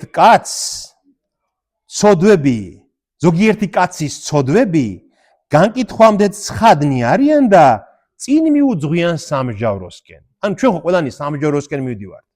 ზოგიერთი კაცი რა ცოდვებსაც ჩადის, აშკარა ვიცით და ეს ცოდვები წინ მიდიან და ეს კაცი მიხვება უკან სამსჯავროსკენ. ზოგიერთს კი უკან მიხვებიან ცოდვები. რას ნიშნავს უკან მიხვებიან? არ ჩანს, დამალულია. ზოგიერთი კაცის ცოდვები დამალულია და უკან მიხვებიან, კუდივით უკან ეს ცოდვები მიხვებიან.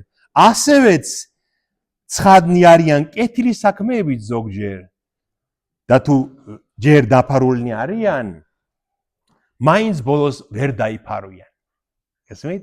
აი ჩვენ ხშირად ვამბობთ ხოლმე რომ აი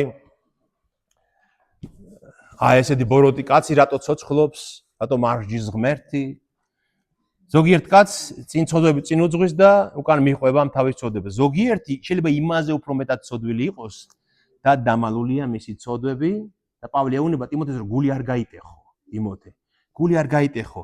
კეთილ საქმეებს თუ ვერ ხედავენ შენსას დღეს. ჩათვალე რომ შენი ცოდვებიც უკან მოგდევენ.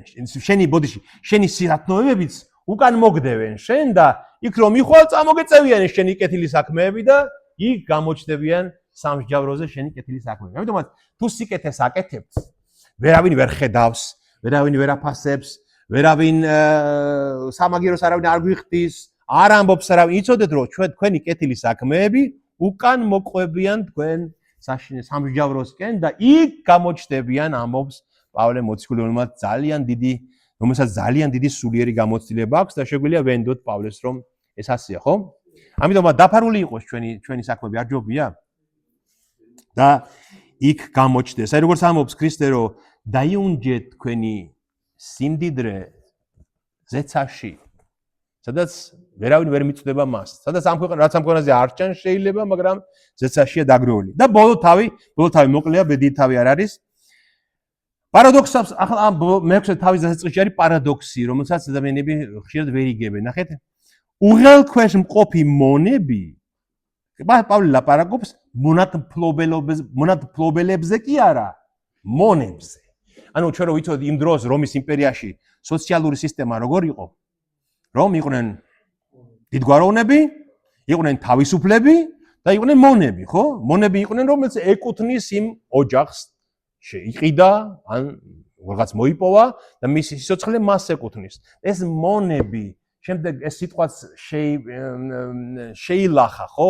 ეს მონები ჩვენ წარმოგვიდგენია აი გალერებზე რო ზიან, იმაში გემებში და რომ მათრახს ისინი ისინი მონები იყვნენ, მაგრამ მონობა რომის იმპერიაში იყო სოციალური სისტემა, როცა ოჯახს ემსახურები იყვნენ ფაქტობრივად, რომლებიც მათ საკუთრებას. რა თქმა უნდა ეს პერვერზია ესეც რომ ადამიანი არავის საკუთრება არ უნდა იყოს, არ შეიძლება ეს, მაგრამ იმ დროს ასე იყო რომ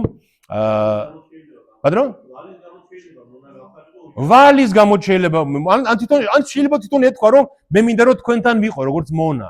იმიტომ რომ იმდენად არაფერი არ გააჩნდა ადამიანს, იმდენად არავითარი პერსპექტივა არ გააჩნდა ადამიანს, მას ერჩივნა რომ ყოფილიყო იმ დიდგვაროვან ოჯახში, ან შეიძლება ოჯახში მონად, სულ იქ ეცხოვრა, ემსახურა.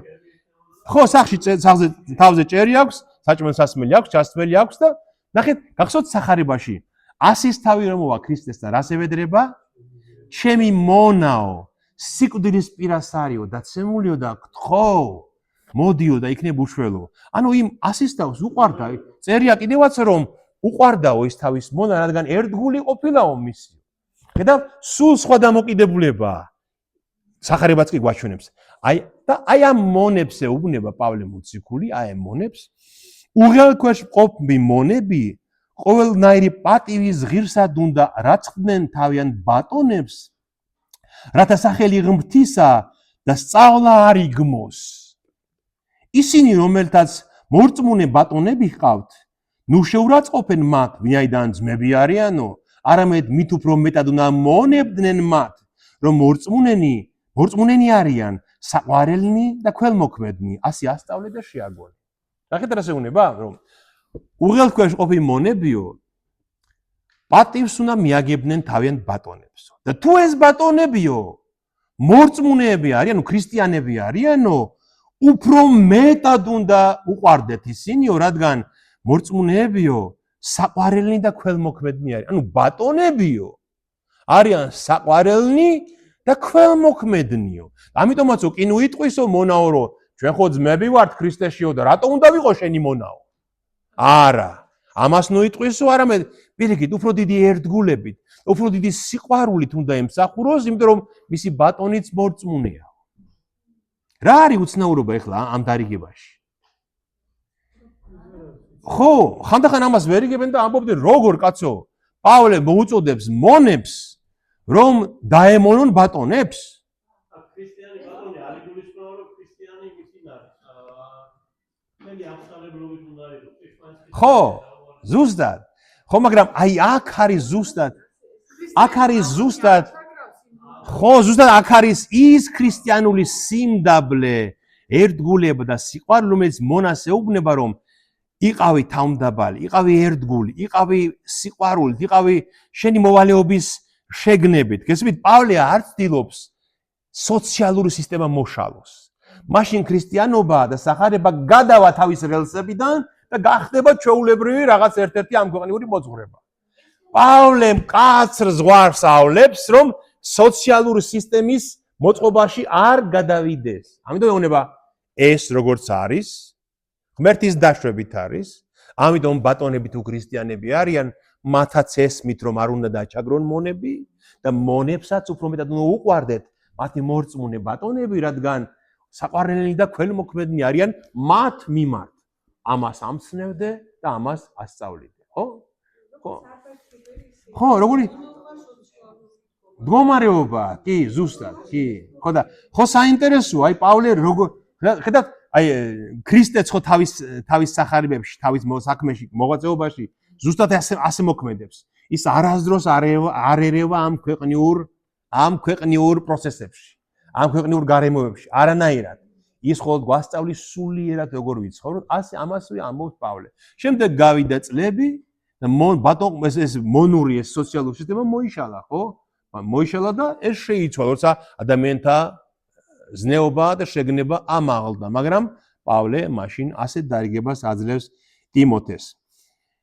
სხვა ეპისტოლეებში მაგალითად, მაგალითად ფილიმონის ეპისტოლეში, მაგალითად ეფესელთა მიმართ ეპისტოლეში, იქ ბატონებს მიმართა. როცა პავლე იწყებს ამ მონების მიმართ დარიგებას, როცა ამბობს რომ მონები ყოველგვარი პატივის ღირსად უნდა რაცხდნენ თავიანთ ბატონებსო, იქ ამბობს რათა არ იგმოს ღმერთის სწავლებაო. რას ნიშნავს? როგორ უნდა იგმოს ღმერთის სწავლება? თუ მონები აუჯანყდებიან ბატონებს სახარების საფუძველზე, იმ წუთში დაიწყებენ სახარების მტრები გმობას ქრისტეს სწავლებისას, ხო? რომ ქრისტე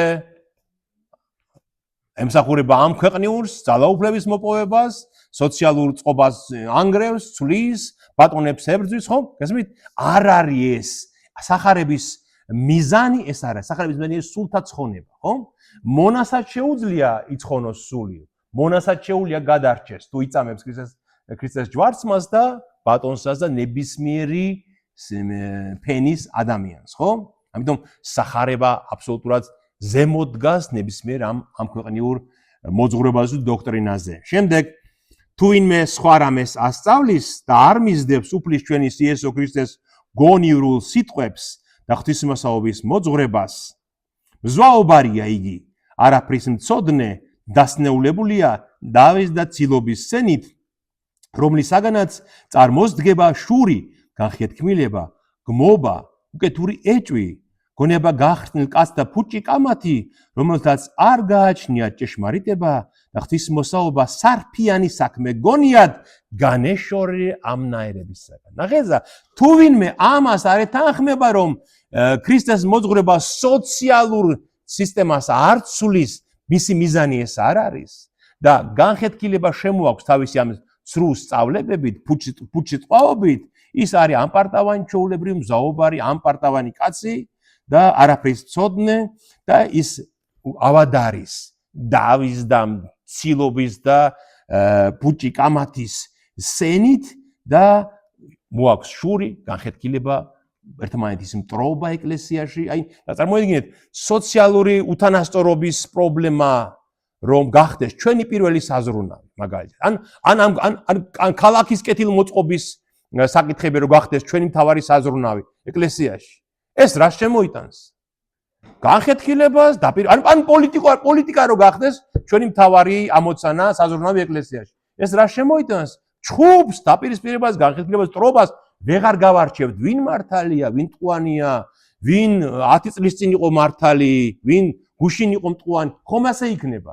ამიტომაც ვინც ამას აპირებსო ეკლესიაშიო, ის არის ამაყი მზვაობარი კაცი და სხვა მიზნები აქვს. ამობს პავლე მოციქული ამბობს და მასო ღვთისმოსაობა სარფიანი საქმე გონიაო, ამიტომაც მოიშორე ესეთი ხალხიო.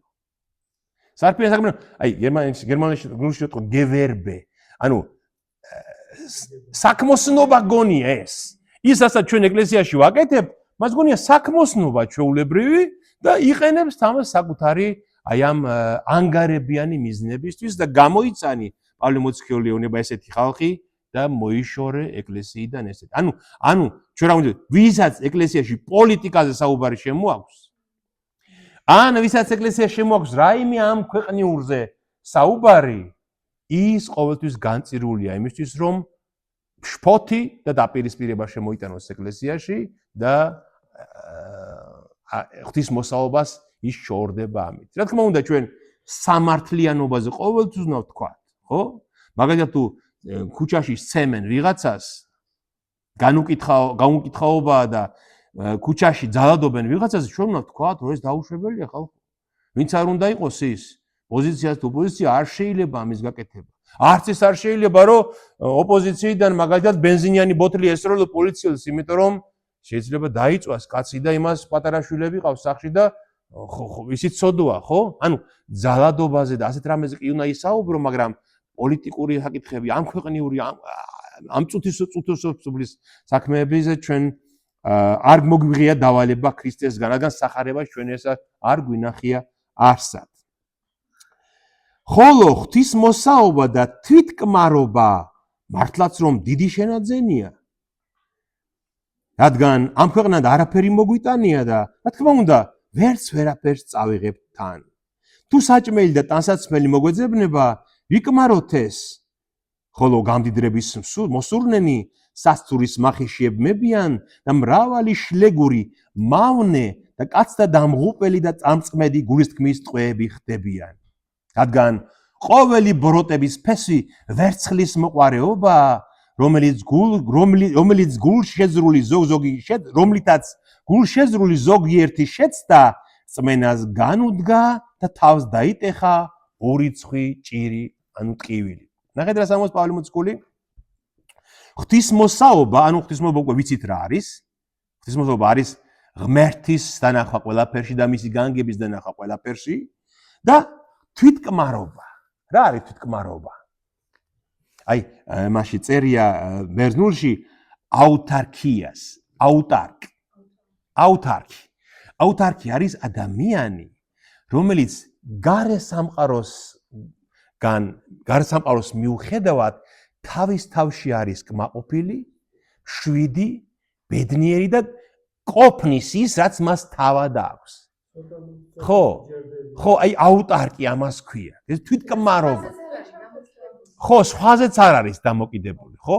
სხვაზეც არ არის დამოკიდებული. აი რაც აძლევს ღმერთი, ასე ვთქვათ, ხო? იმითი არის კმაყოფილი და შეუძლია იმით იცხოვროს, რაც მას გააჩნია, ხო? ხო, აი პავლე როგორც ამბობს, მე თქვენ რომც არ გამომიგზავნოთ შესაწირი, ქრისტესგან მე ყველაფერი შემიძლია მაინც. ქრისტეა ჩემი განმაძლიერებელი, გესმით? აუტარკი ღმერთის გარეშე ვერ იქნება ვერავე. იმიტომ რომ მას ადამიანს არ შეესწევს ამის ძალა, მაგრამ აი ეს თვითკმარობა აბსოლუტურად ღმერთთან მიმართებაში ითქმება. აი ღმერთია ჩვენი განმაძლიერებელი. ის გვანიჭებს ყველაფერს, ენერგიას, ძალას, საკვებსაც და ყველაფერს და პავლე ამბობს რომ ღვთისმოსაობა და თვითკმარობა აი მართლაც როგორ ამბობს დიდი შენაძენია. ვისაც შეუძლია თვითკმარობას მიაღწიოს, დიდი შენაძენია ეს. მაგალითად მე ყავდა ესეთი ნაცნობები, რომ აი მაგალითად ძალიან უბრალო განსაცმელის ძმია და ყველა ისე უყურებდა როგორც მეფეს რა. რაღაცნაირად ისეთი კმაყოფილებით და ისეთი სიდიადით გამოდიოდა ხოლმე ხალხში, თვალს ვერ მოწყვეტდი ადამიანს. რატო? იმიტომ რომ აი თვითკმარი იყო.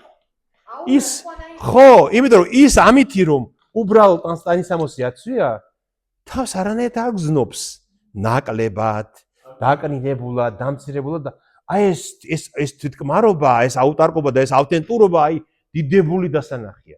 აი მე ხომ მithქვამს ხოლმე კიდევაც მინახავს ღვთისმთავრები მაგალითად.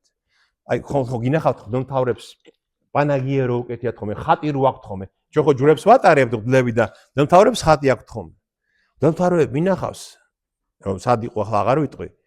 აი აბსოლუტურად უბრალო, ხის პანაღია უკეთია და ისეთი დიდებულია მასზე, რომ ადამიანია ესეთი თვითონ.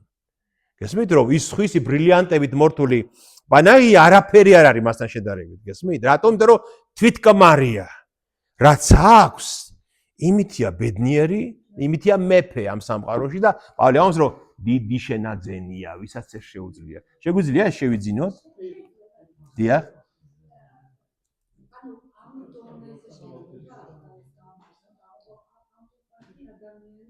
აუტარკი.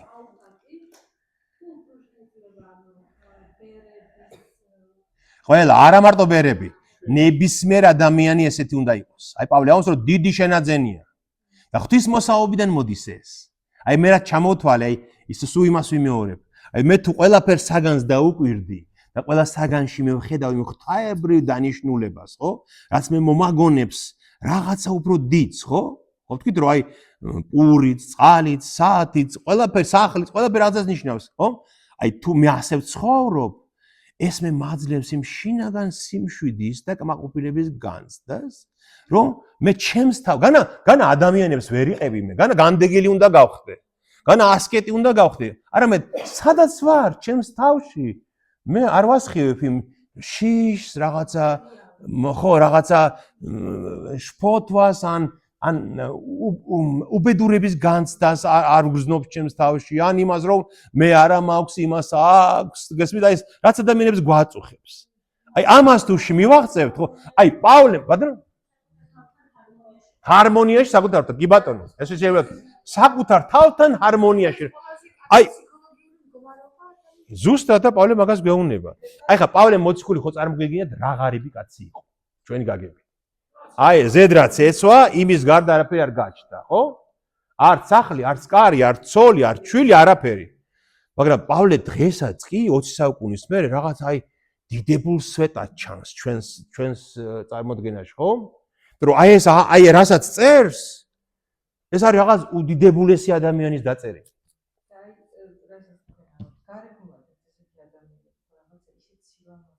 ზუსტად. ზუსტად. ზუსტად. ზუსტად ესეა, ხო და აი პავლე ამბობს, რომ შეძენა ამის თურმე შეიძლება. თურმე ღვთისმოსაობით თუ ვიცხოვრებთ, ჩვენ შეგვიძლია ყველანი ეგეთები გავხდეთ და მე ჩვენ სამრევლოში რომ შემოვა ვინმე თვალს ვერ მოგწყვეტავს თუ ყველა ასეთები ვიქნებით სამრევლოში იტყვის რაღაცო ანგელოზებში მოხდიო თუ რა არისო იტყვის, ხო? ხო, ზუსტად. აი ეს. აი წმინდანები მაგალითად, წმინდანები ეგეთები იყვნენ. აი წმინდანებთან ყოფნა რატო უნდა თხოვე ხალხს, რომ აი მოდი თქვენთან ვიქნები რა ცოტა ხანს, აი მამა პაისიზე ხო არის ფილმში, რომ აი მივა ვიღაცა და მამაო შენთან ვიქნები რა ცოტა ხანს, დამელაპარაკებთ, ხო? ცოტა ხანი ვიქნები. რატო უნდა მასთან ყოფნა? იმიტომ რომ აი ეს თვითკმარობა, ეს აუტარკობა და ეს ღვთისმოსაობა აი იღრება მისგან, გესმის და მასთან რო ხარ, ბედნიერი ხარ, რაღაცნაირი კარგია მასთან. თქვენ წარმოიდგინეთ ქრისტეში რა იყო ეს? წარმოიდგინეთ, აი ქრისტეში რა იყო?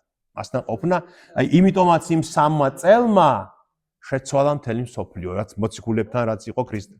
და შემდეგ ნახეთ, რადგან ამ ქვეყანად არაფერი მოგვიტანია, რა თქმა უნდა, ვერაფერს წავიღებთ და თუ საჭმელი და ტანსაცმელი მოგვეძებნება, ვიკმაროთ ეს. გახსოვთ იობის ეს რომ არაფერი მომიტანია და ვერაფერს ვერ წავიღებთ, აი იობის ციკში როგორ აი გახსოვთ? აი ზუსტად, როცა იობს ეს პირველი განსასწრელი შემთხვევა, ნახეთ რას ამბობს, თქვა იობმა, როცა დაკარგა ყველაფერი. შიშველი გამოვედი დედის მუცლიდან და შიშველი დავბრუნდები იქ. უფალმა მომცა, უფალმა წაიღო, ურთხეულ იყოს უფლის სახელი. შეგვიძლია ჩვენ ეს თქვათ? უნდა ვთქვათ? შეგვიძლია კი აუცილებლად უნდა ვთქვათ. აუცილებლად.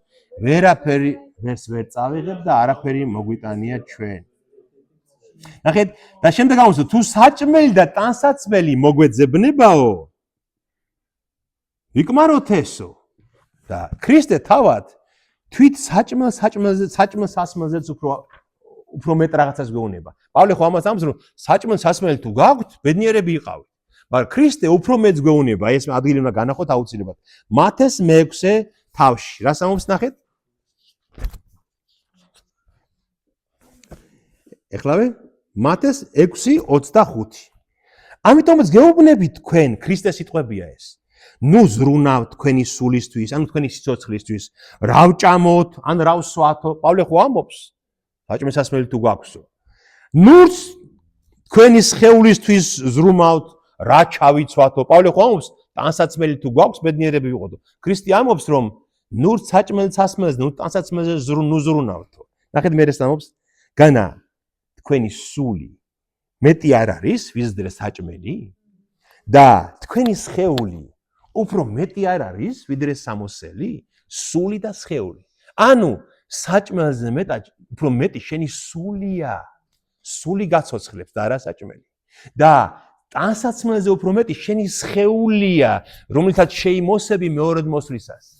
შენი სული შეიმოსება, შენი სხეული, ამიტომაც ამბობს, შენი სხეულის და სულიც უბიწოდ დაიმარხე, შეინახე მეორედ მოსვლისთვის.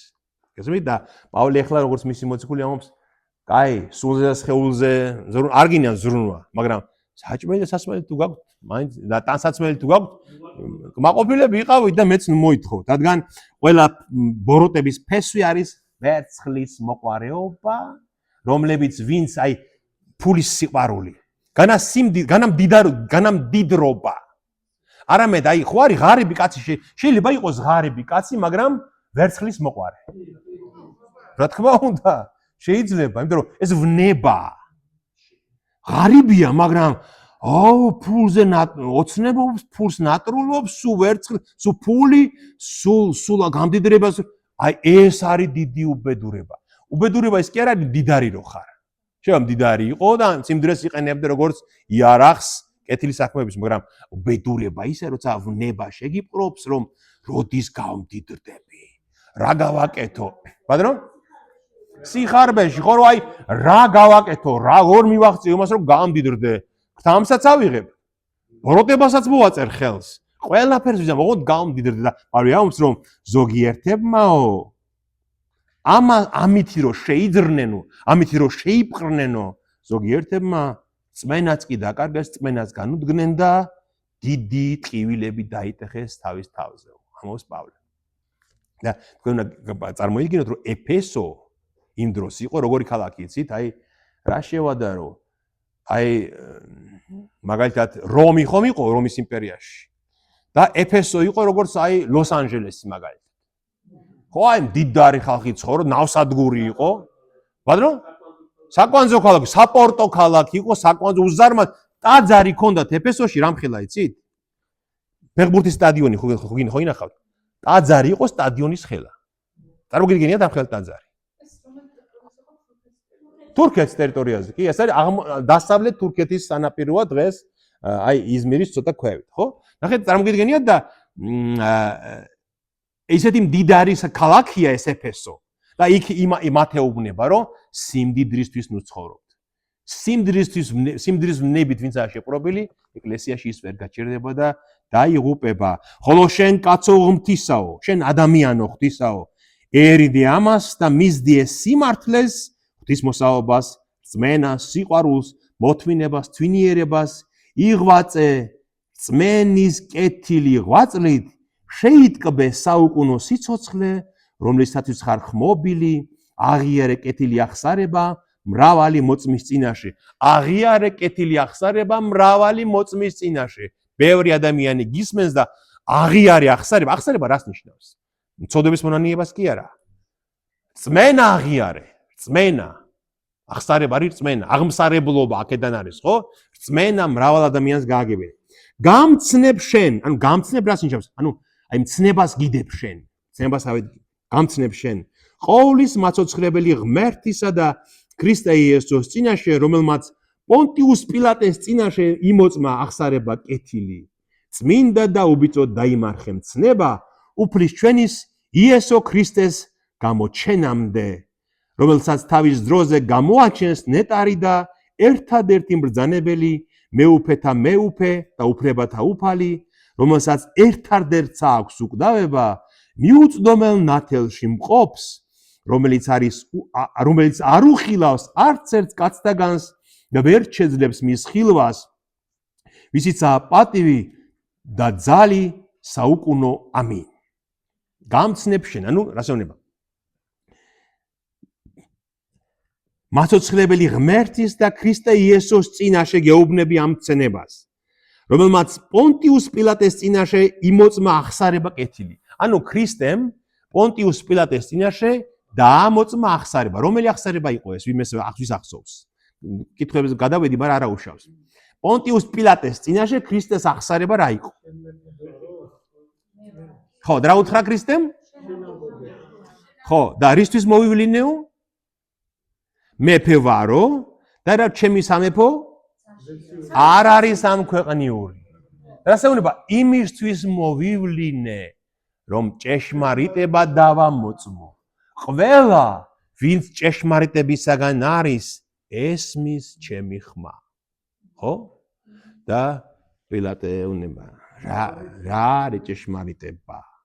და ეს ფილმი რო გადაიღეს ეს ქრისტეს ვნებანი, ხო, ეს მელ გიბსონის ფილმი როა, იქ ეს ხატრულად ესე გააკეთა რეჟისორმა, რომ შემდეგ ეს პილატე თავის ცოლს ეუბნება, ცოლმა ხო შეუთვალაო, რომ არ მოკლაო ეგ კაციო, იცოდეო, ბევრი ცუდი ვნახეო სიზმარში მაგის გამო და პილატე ეკითხება თავის ცოლს, კლაუდიო, ცნობილი კლაუდია რქვა მის ცოლს.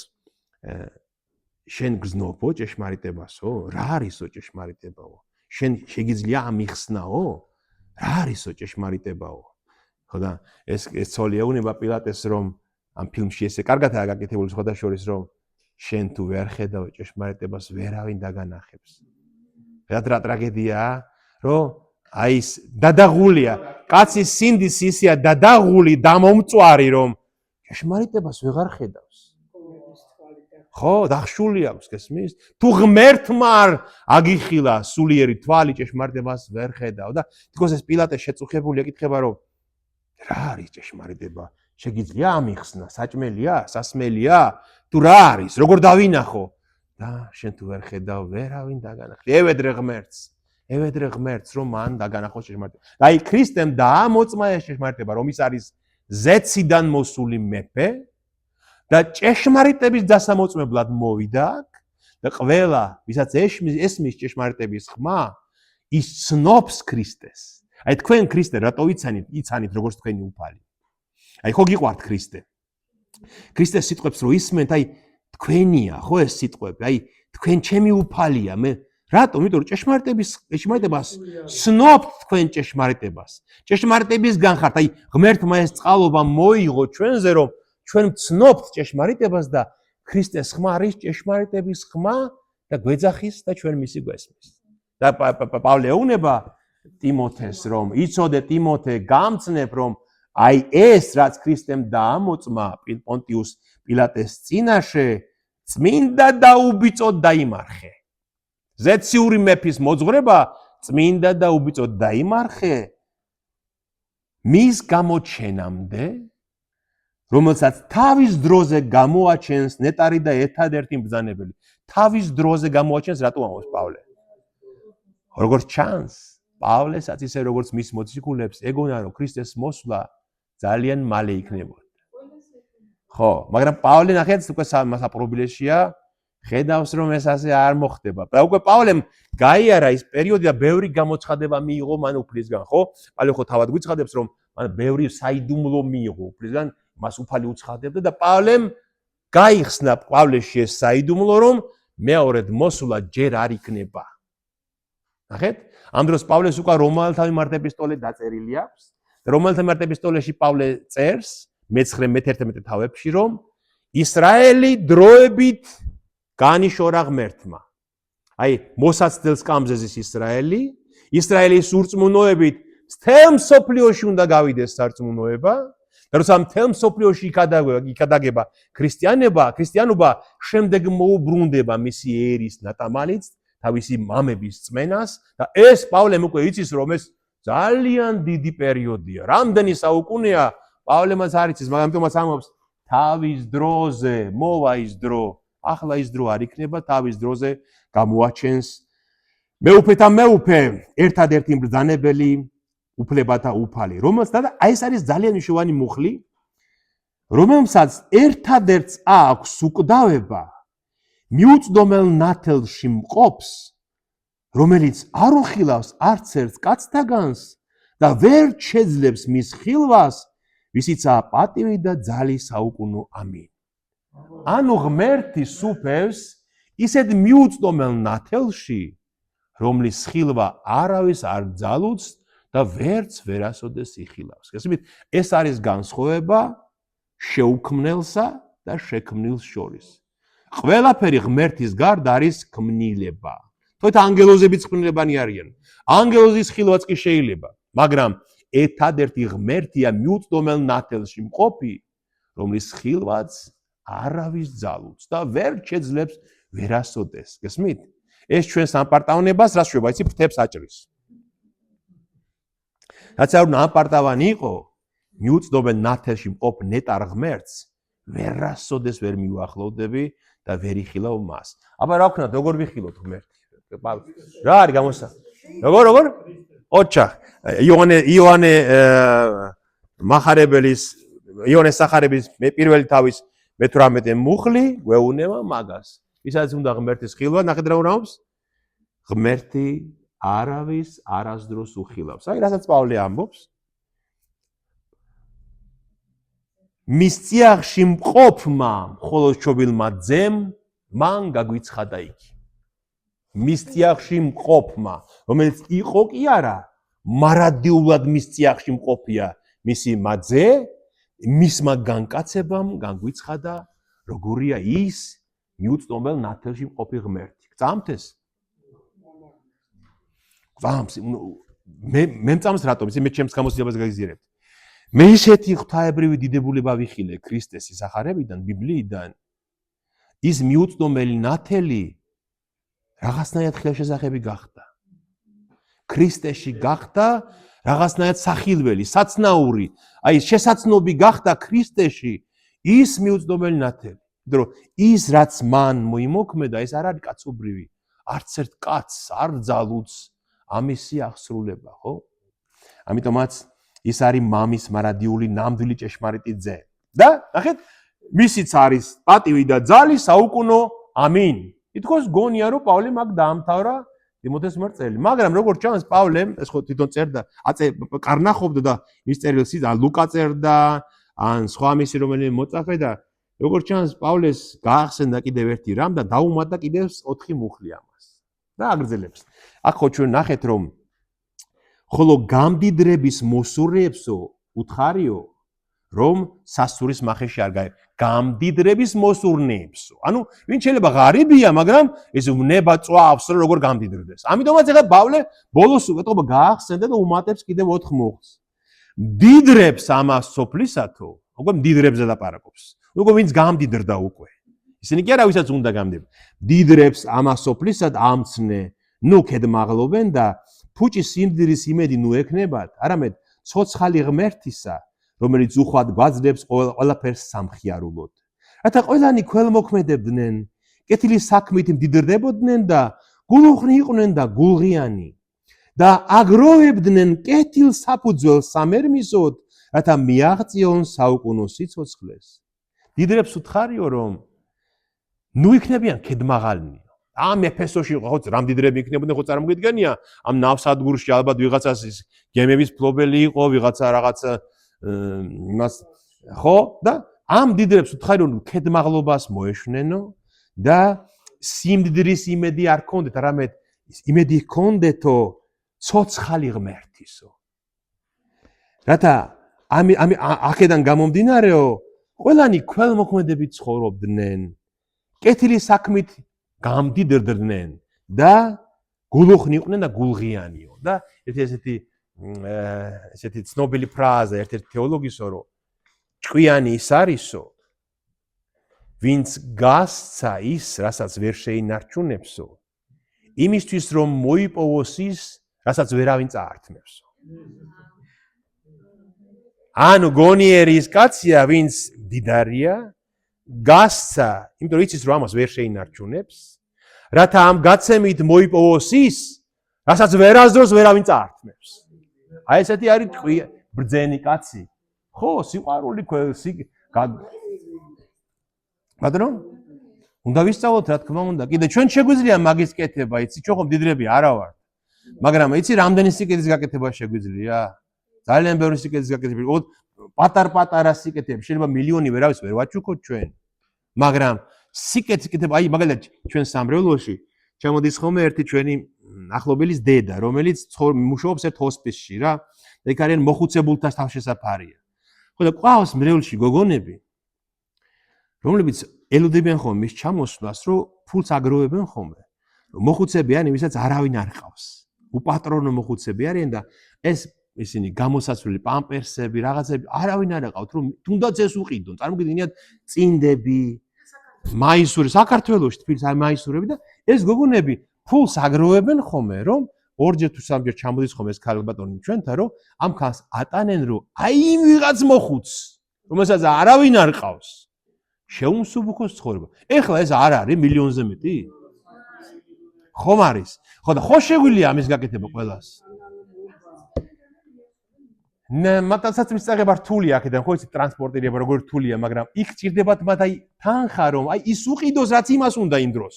კრემი ჭირდება შეიძლება რაღაც გესმის, იმიტომ რომ მოხუცია და წეებს ვერ დგება და რაღაცას მოსავლელი საშუალება და აი ეს ხო კარგია. ჩვენც ხო შეგვიძლია გავაკეთოთ.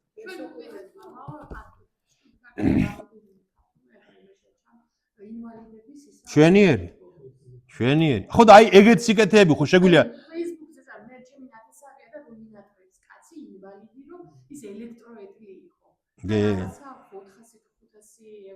ხო შეგვიძლია ჩვენც გავაკეთოთ ხო ამას ადრე წლების წინ სულ გულში ჩამშა და არ მავიწყდება წლების წინ ესეთი შემხვდა ამ სოციალურ ქსელში ერთი ქალბატონი იყო ვისაც ეთყობა როგორც ჩანს ვერ ინვალიდის ეტლში ზის როგორც ჩანს სიცოცხლის უნარიანია ესეთი აქტიური ახალგაზრდა ქალი იყო მეტყობა რაღაცა პრობლემა აქვს და ეტლში ზის ალბათ ხერხემლის რაღაც არ ვიცი და ესეთი ვიდეო იყო რომ ფილმები რო პატარა ფილმები რომ ესეთი პატარა მანქანა სადაც ეს ეტლი უკიდან იღეთ ეს ეტლი პირდაპირ შედის ამ მანქანაში ავტომობილში და მე იქ ფიქსირდება ეს ეტლი და ჩვეულებრივი ავტომობილია ეს ქოგონა ქალბატონი წერდა რომ ჩემი სიცოცხლის ოცნება ეს მანქანა ეხლა რამდენი ადამიანია საქართველოში რომელსაც ამის ყიდვა შეუძლია ხო რამდენი ხო და იმ ადამიანის წარმოიდგინე რამხელა სიცოცხლის სტიმულია ხო ან რამდენიმე ადამიანი შეუძლია გაერთი უყიდოს ხო მაგრამ ამას მონდომება უნდა ამას ფიქრი უნდა ამას სურვილი აქ ხო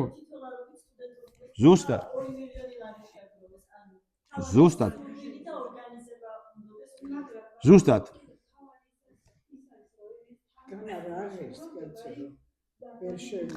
ხო მაგრამ პირადად შეგვიძლია ჩვენ გავუკეთოთ პირადად ადამიანებს მე მესმის ეგ აი როცა საქველმოქმედო ორგანიზაციები არენდობიან ხანდახან რომ იქ რა მოხდება საწავა ეს და მაგრამ დავანებოთ მაგას თავი პირადად შეგვიძლია გავაკეთოთ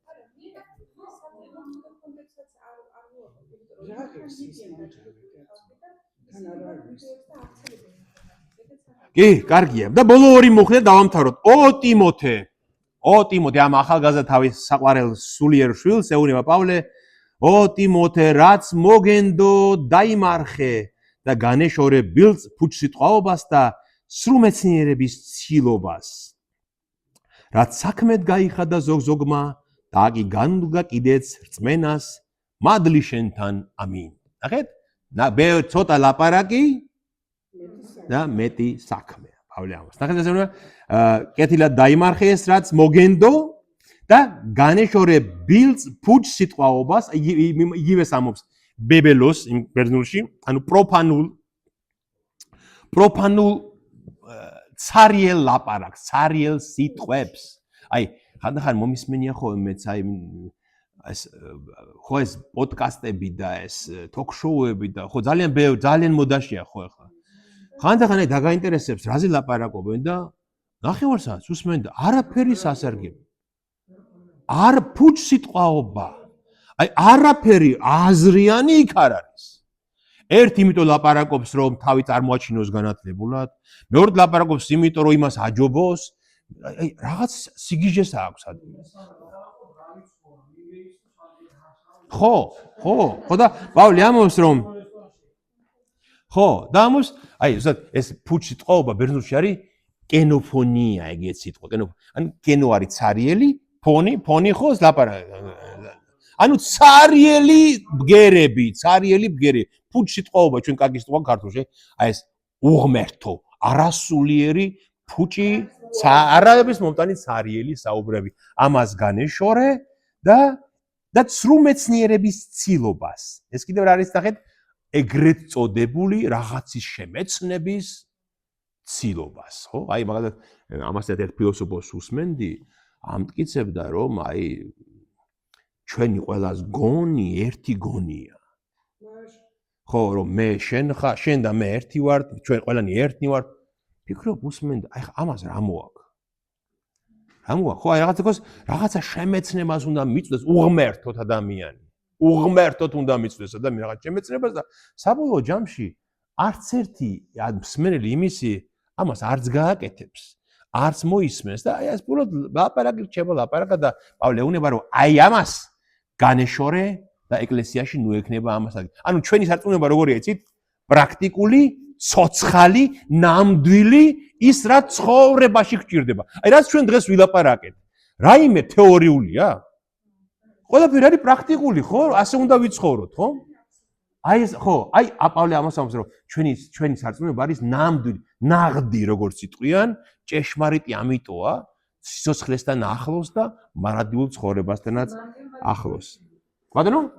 ხო, აი, იმიტომ პავლე დიდი მოციქული და დიდი ადამიანი და თან ძალიან დააბალი, როგორც ამას. ნახეთ, პავლეს რა ერქვა? პავლეს ერქვა შაულ, ხო? შაულ ნიშნავს შვენიერი, ამაღლებული ერში და პაულუს რას ნიშნავს? მცირე.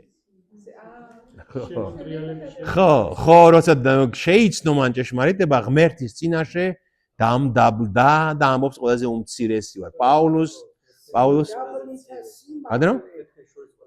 მცირე ვარ მე თქვენ შორის, ხო? აი ესე მოგონი ამით დავასრულოთ ჩვენი საუბარი. რა მიყვარს იცი? დიახ. ამათ ამაზე ხო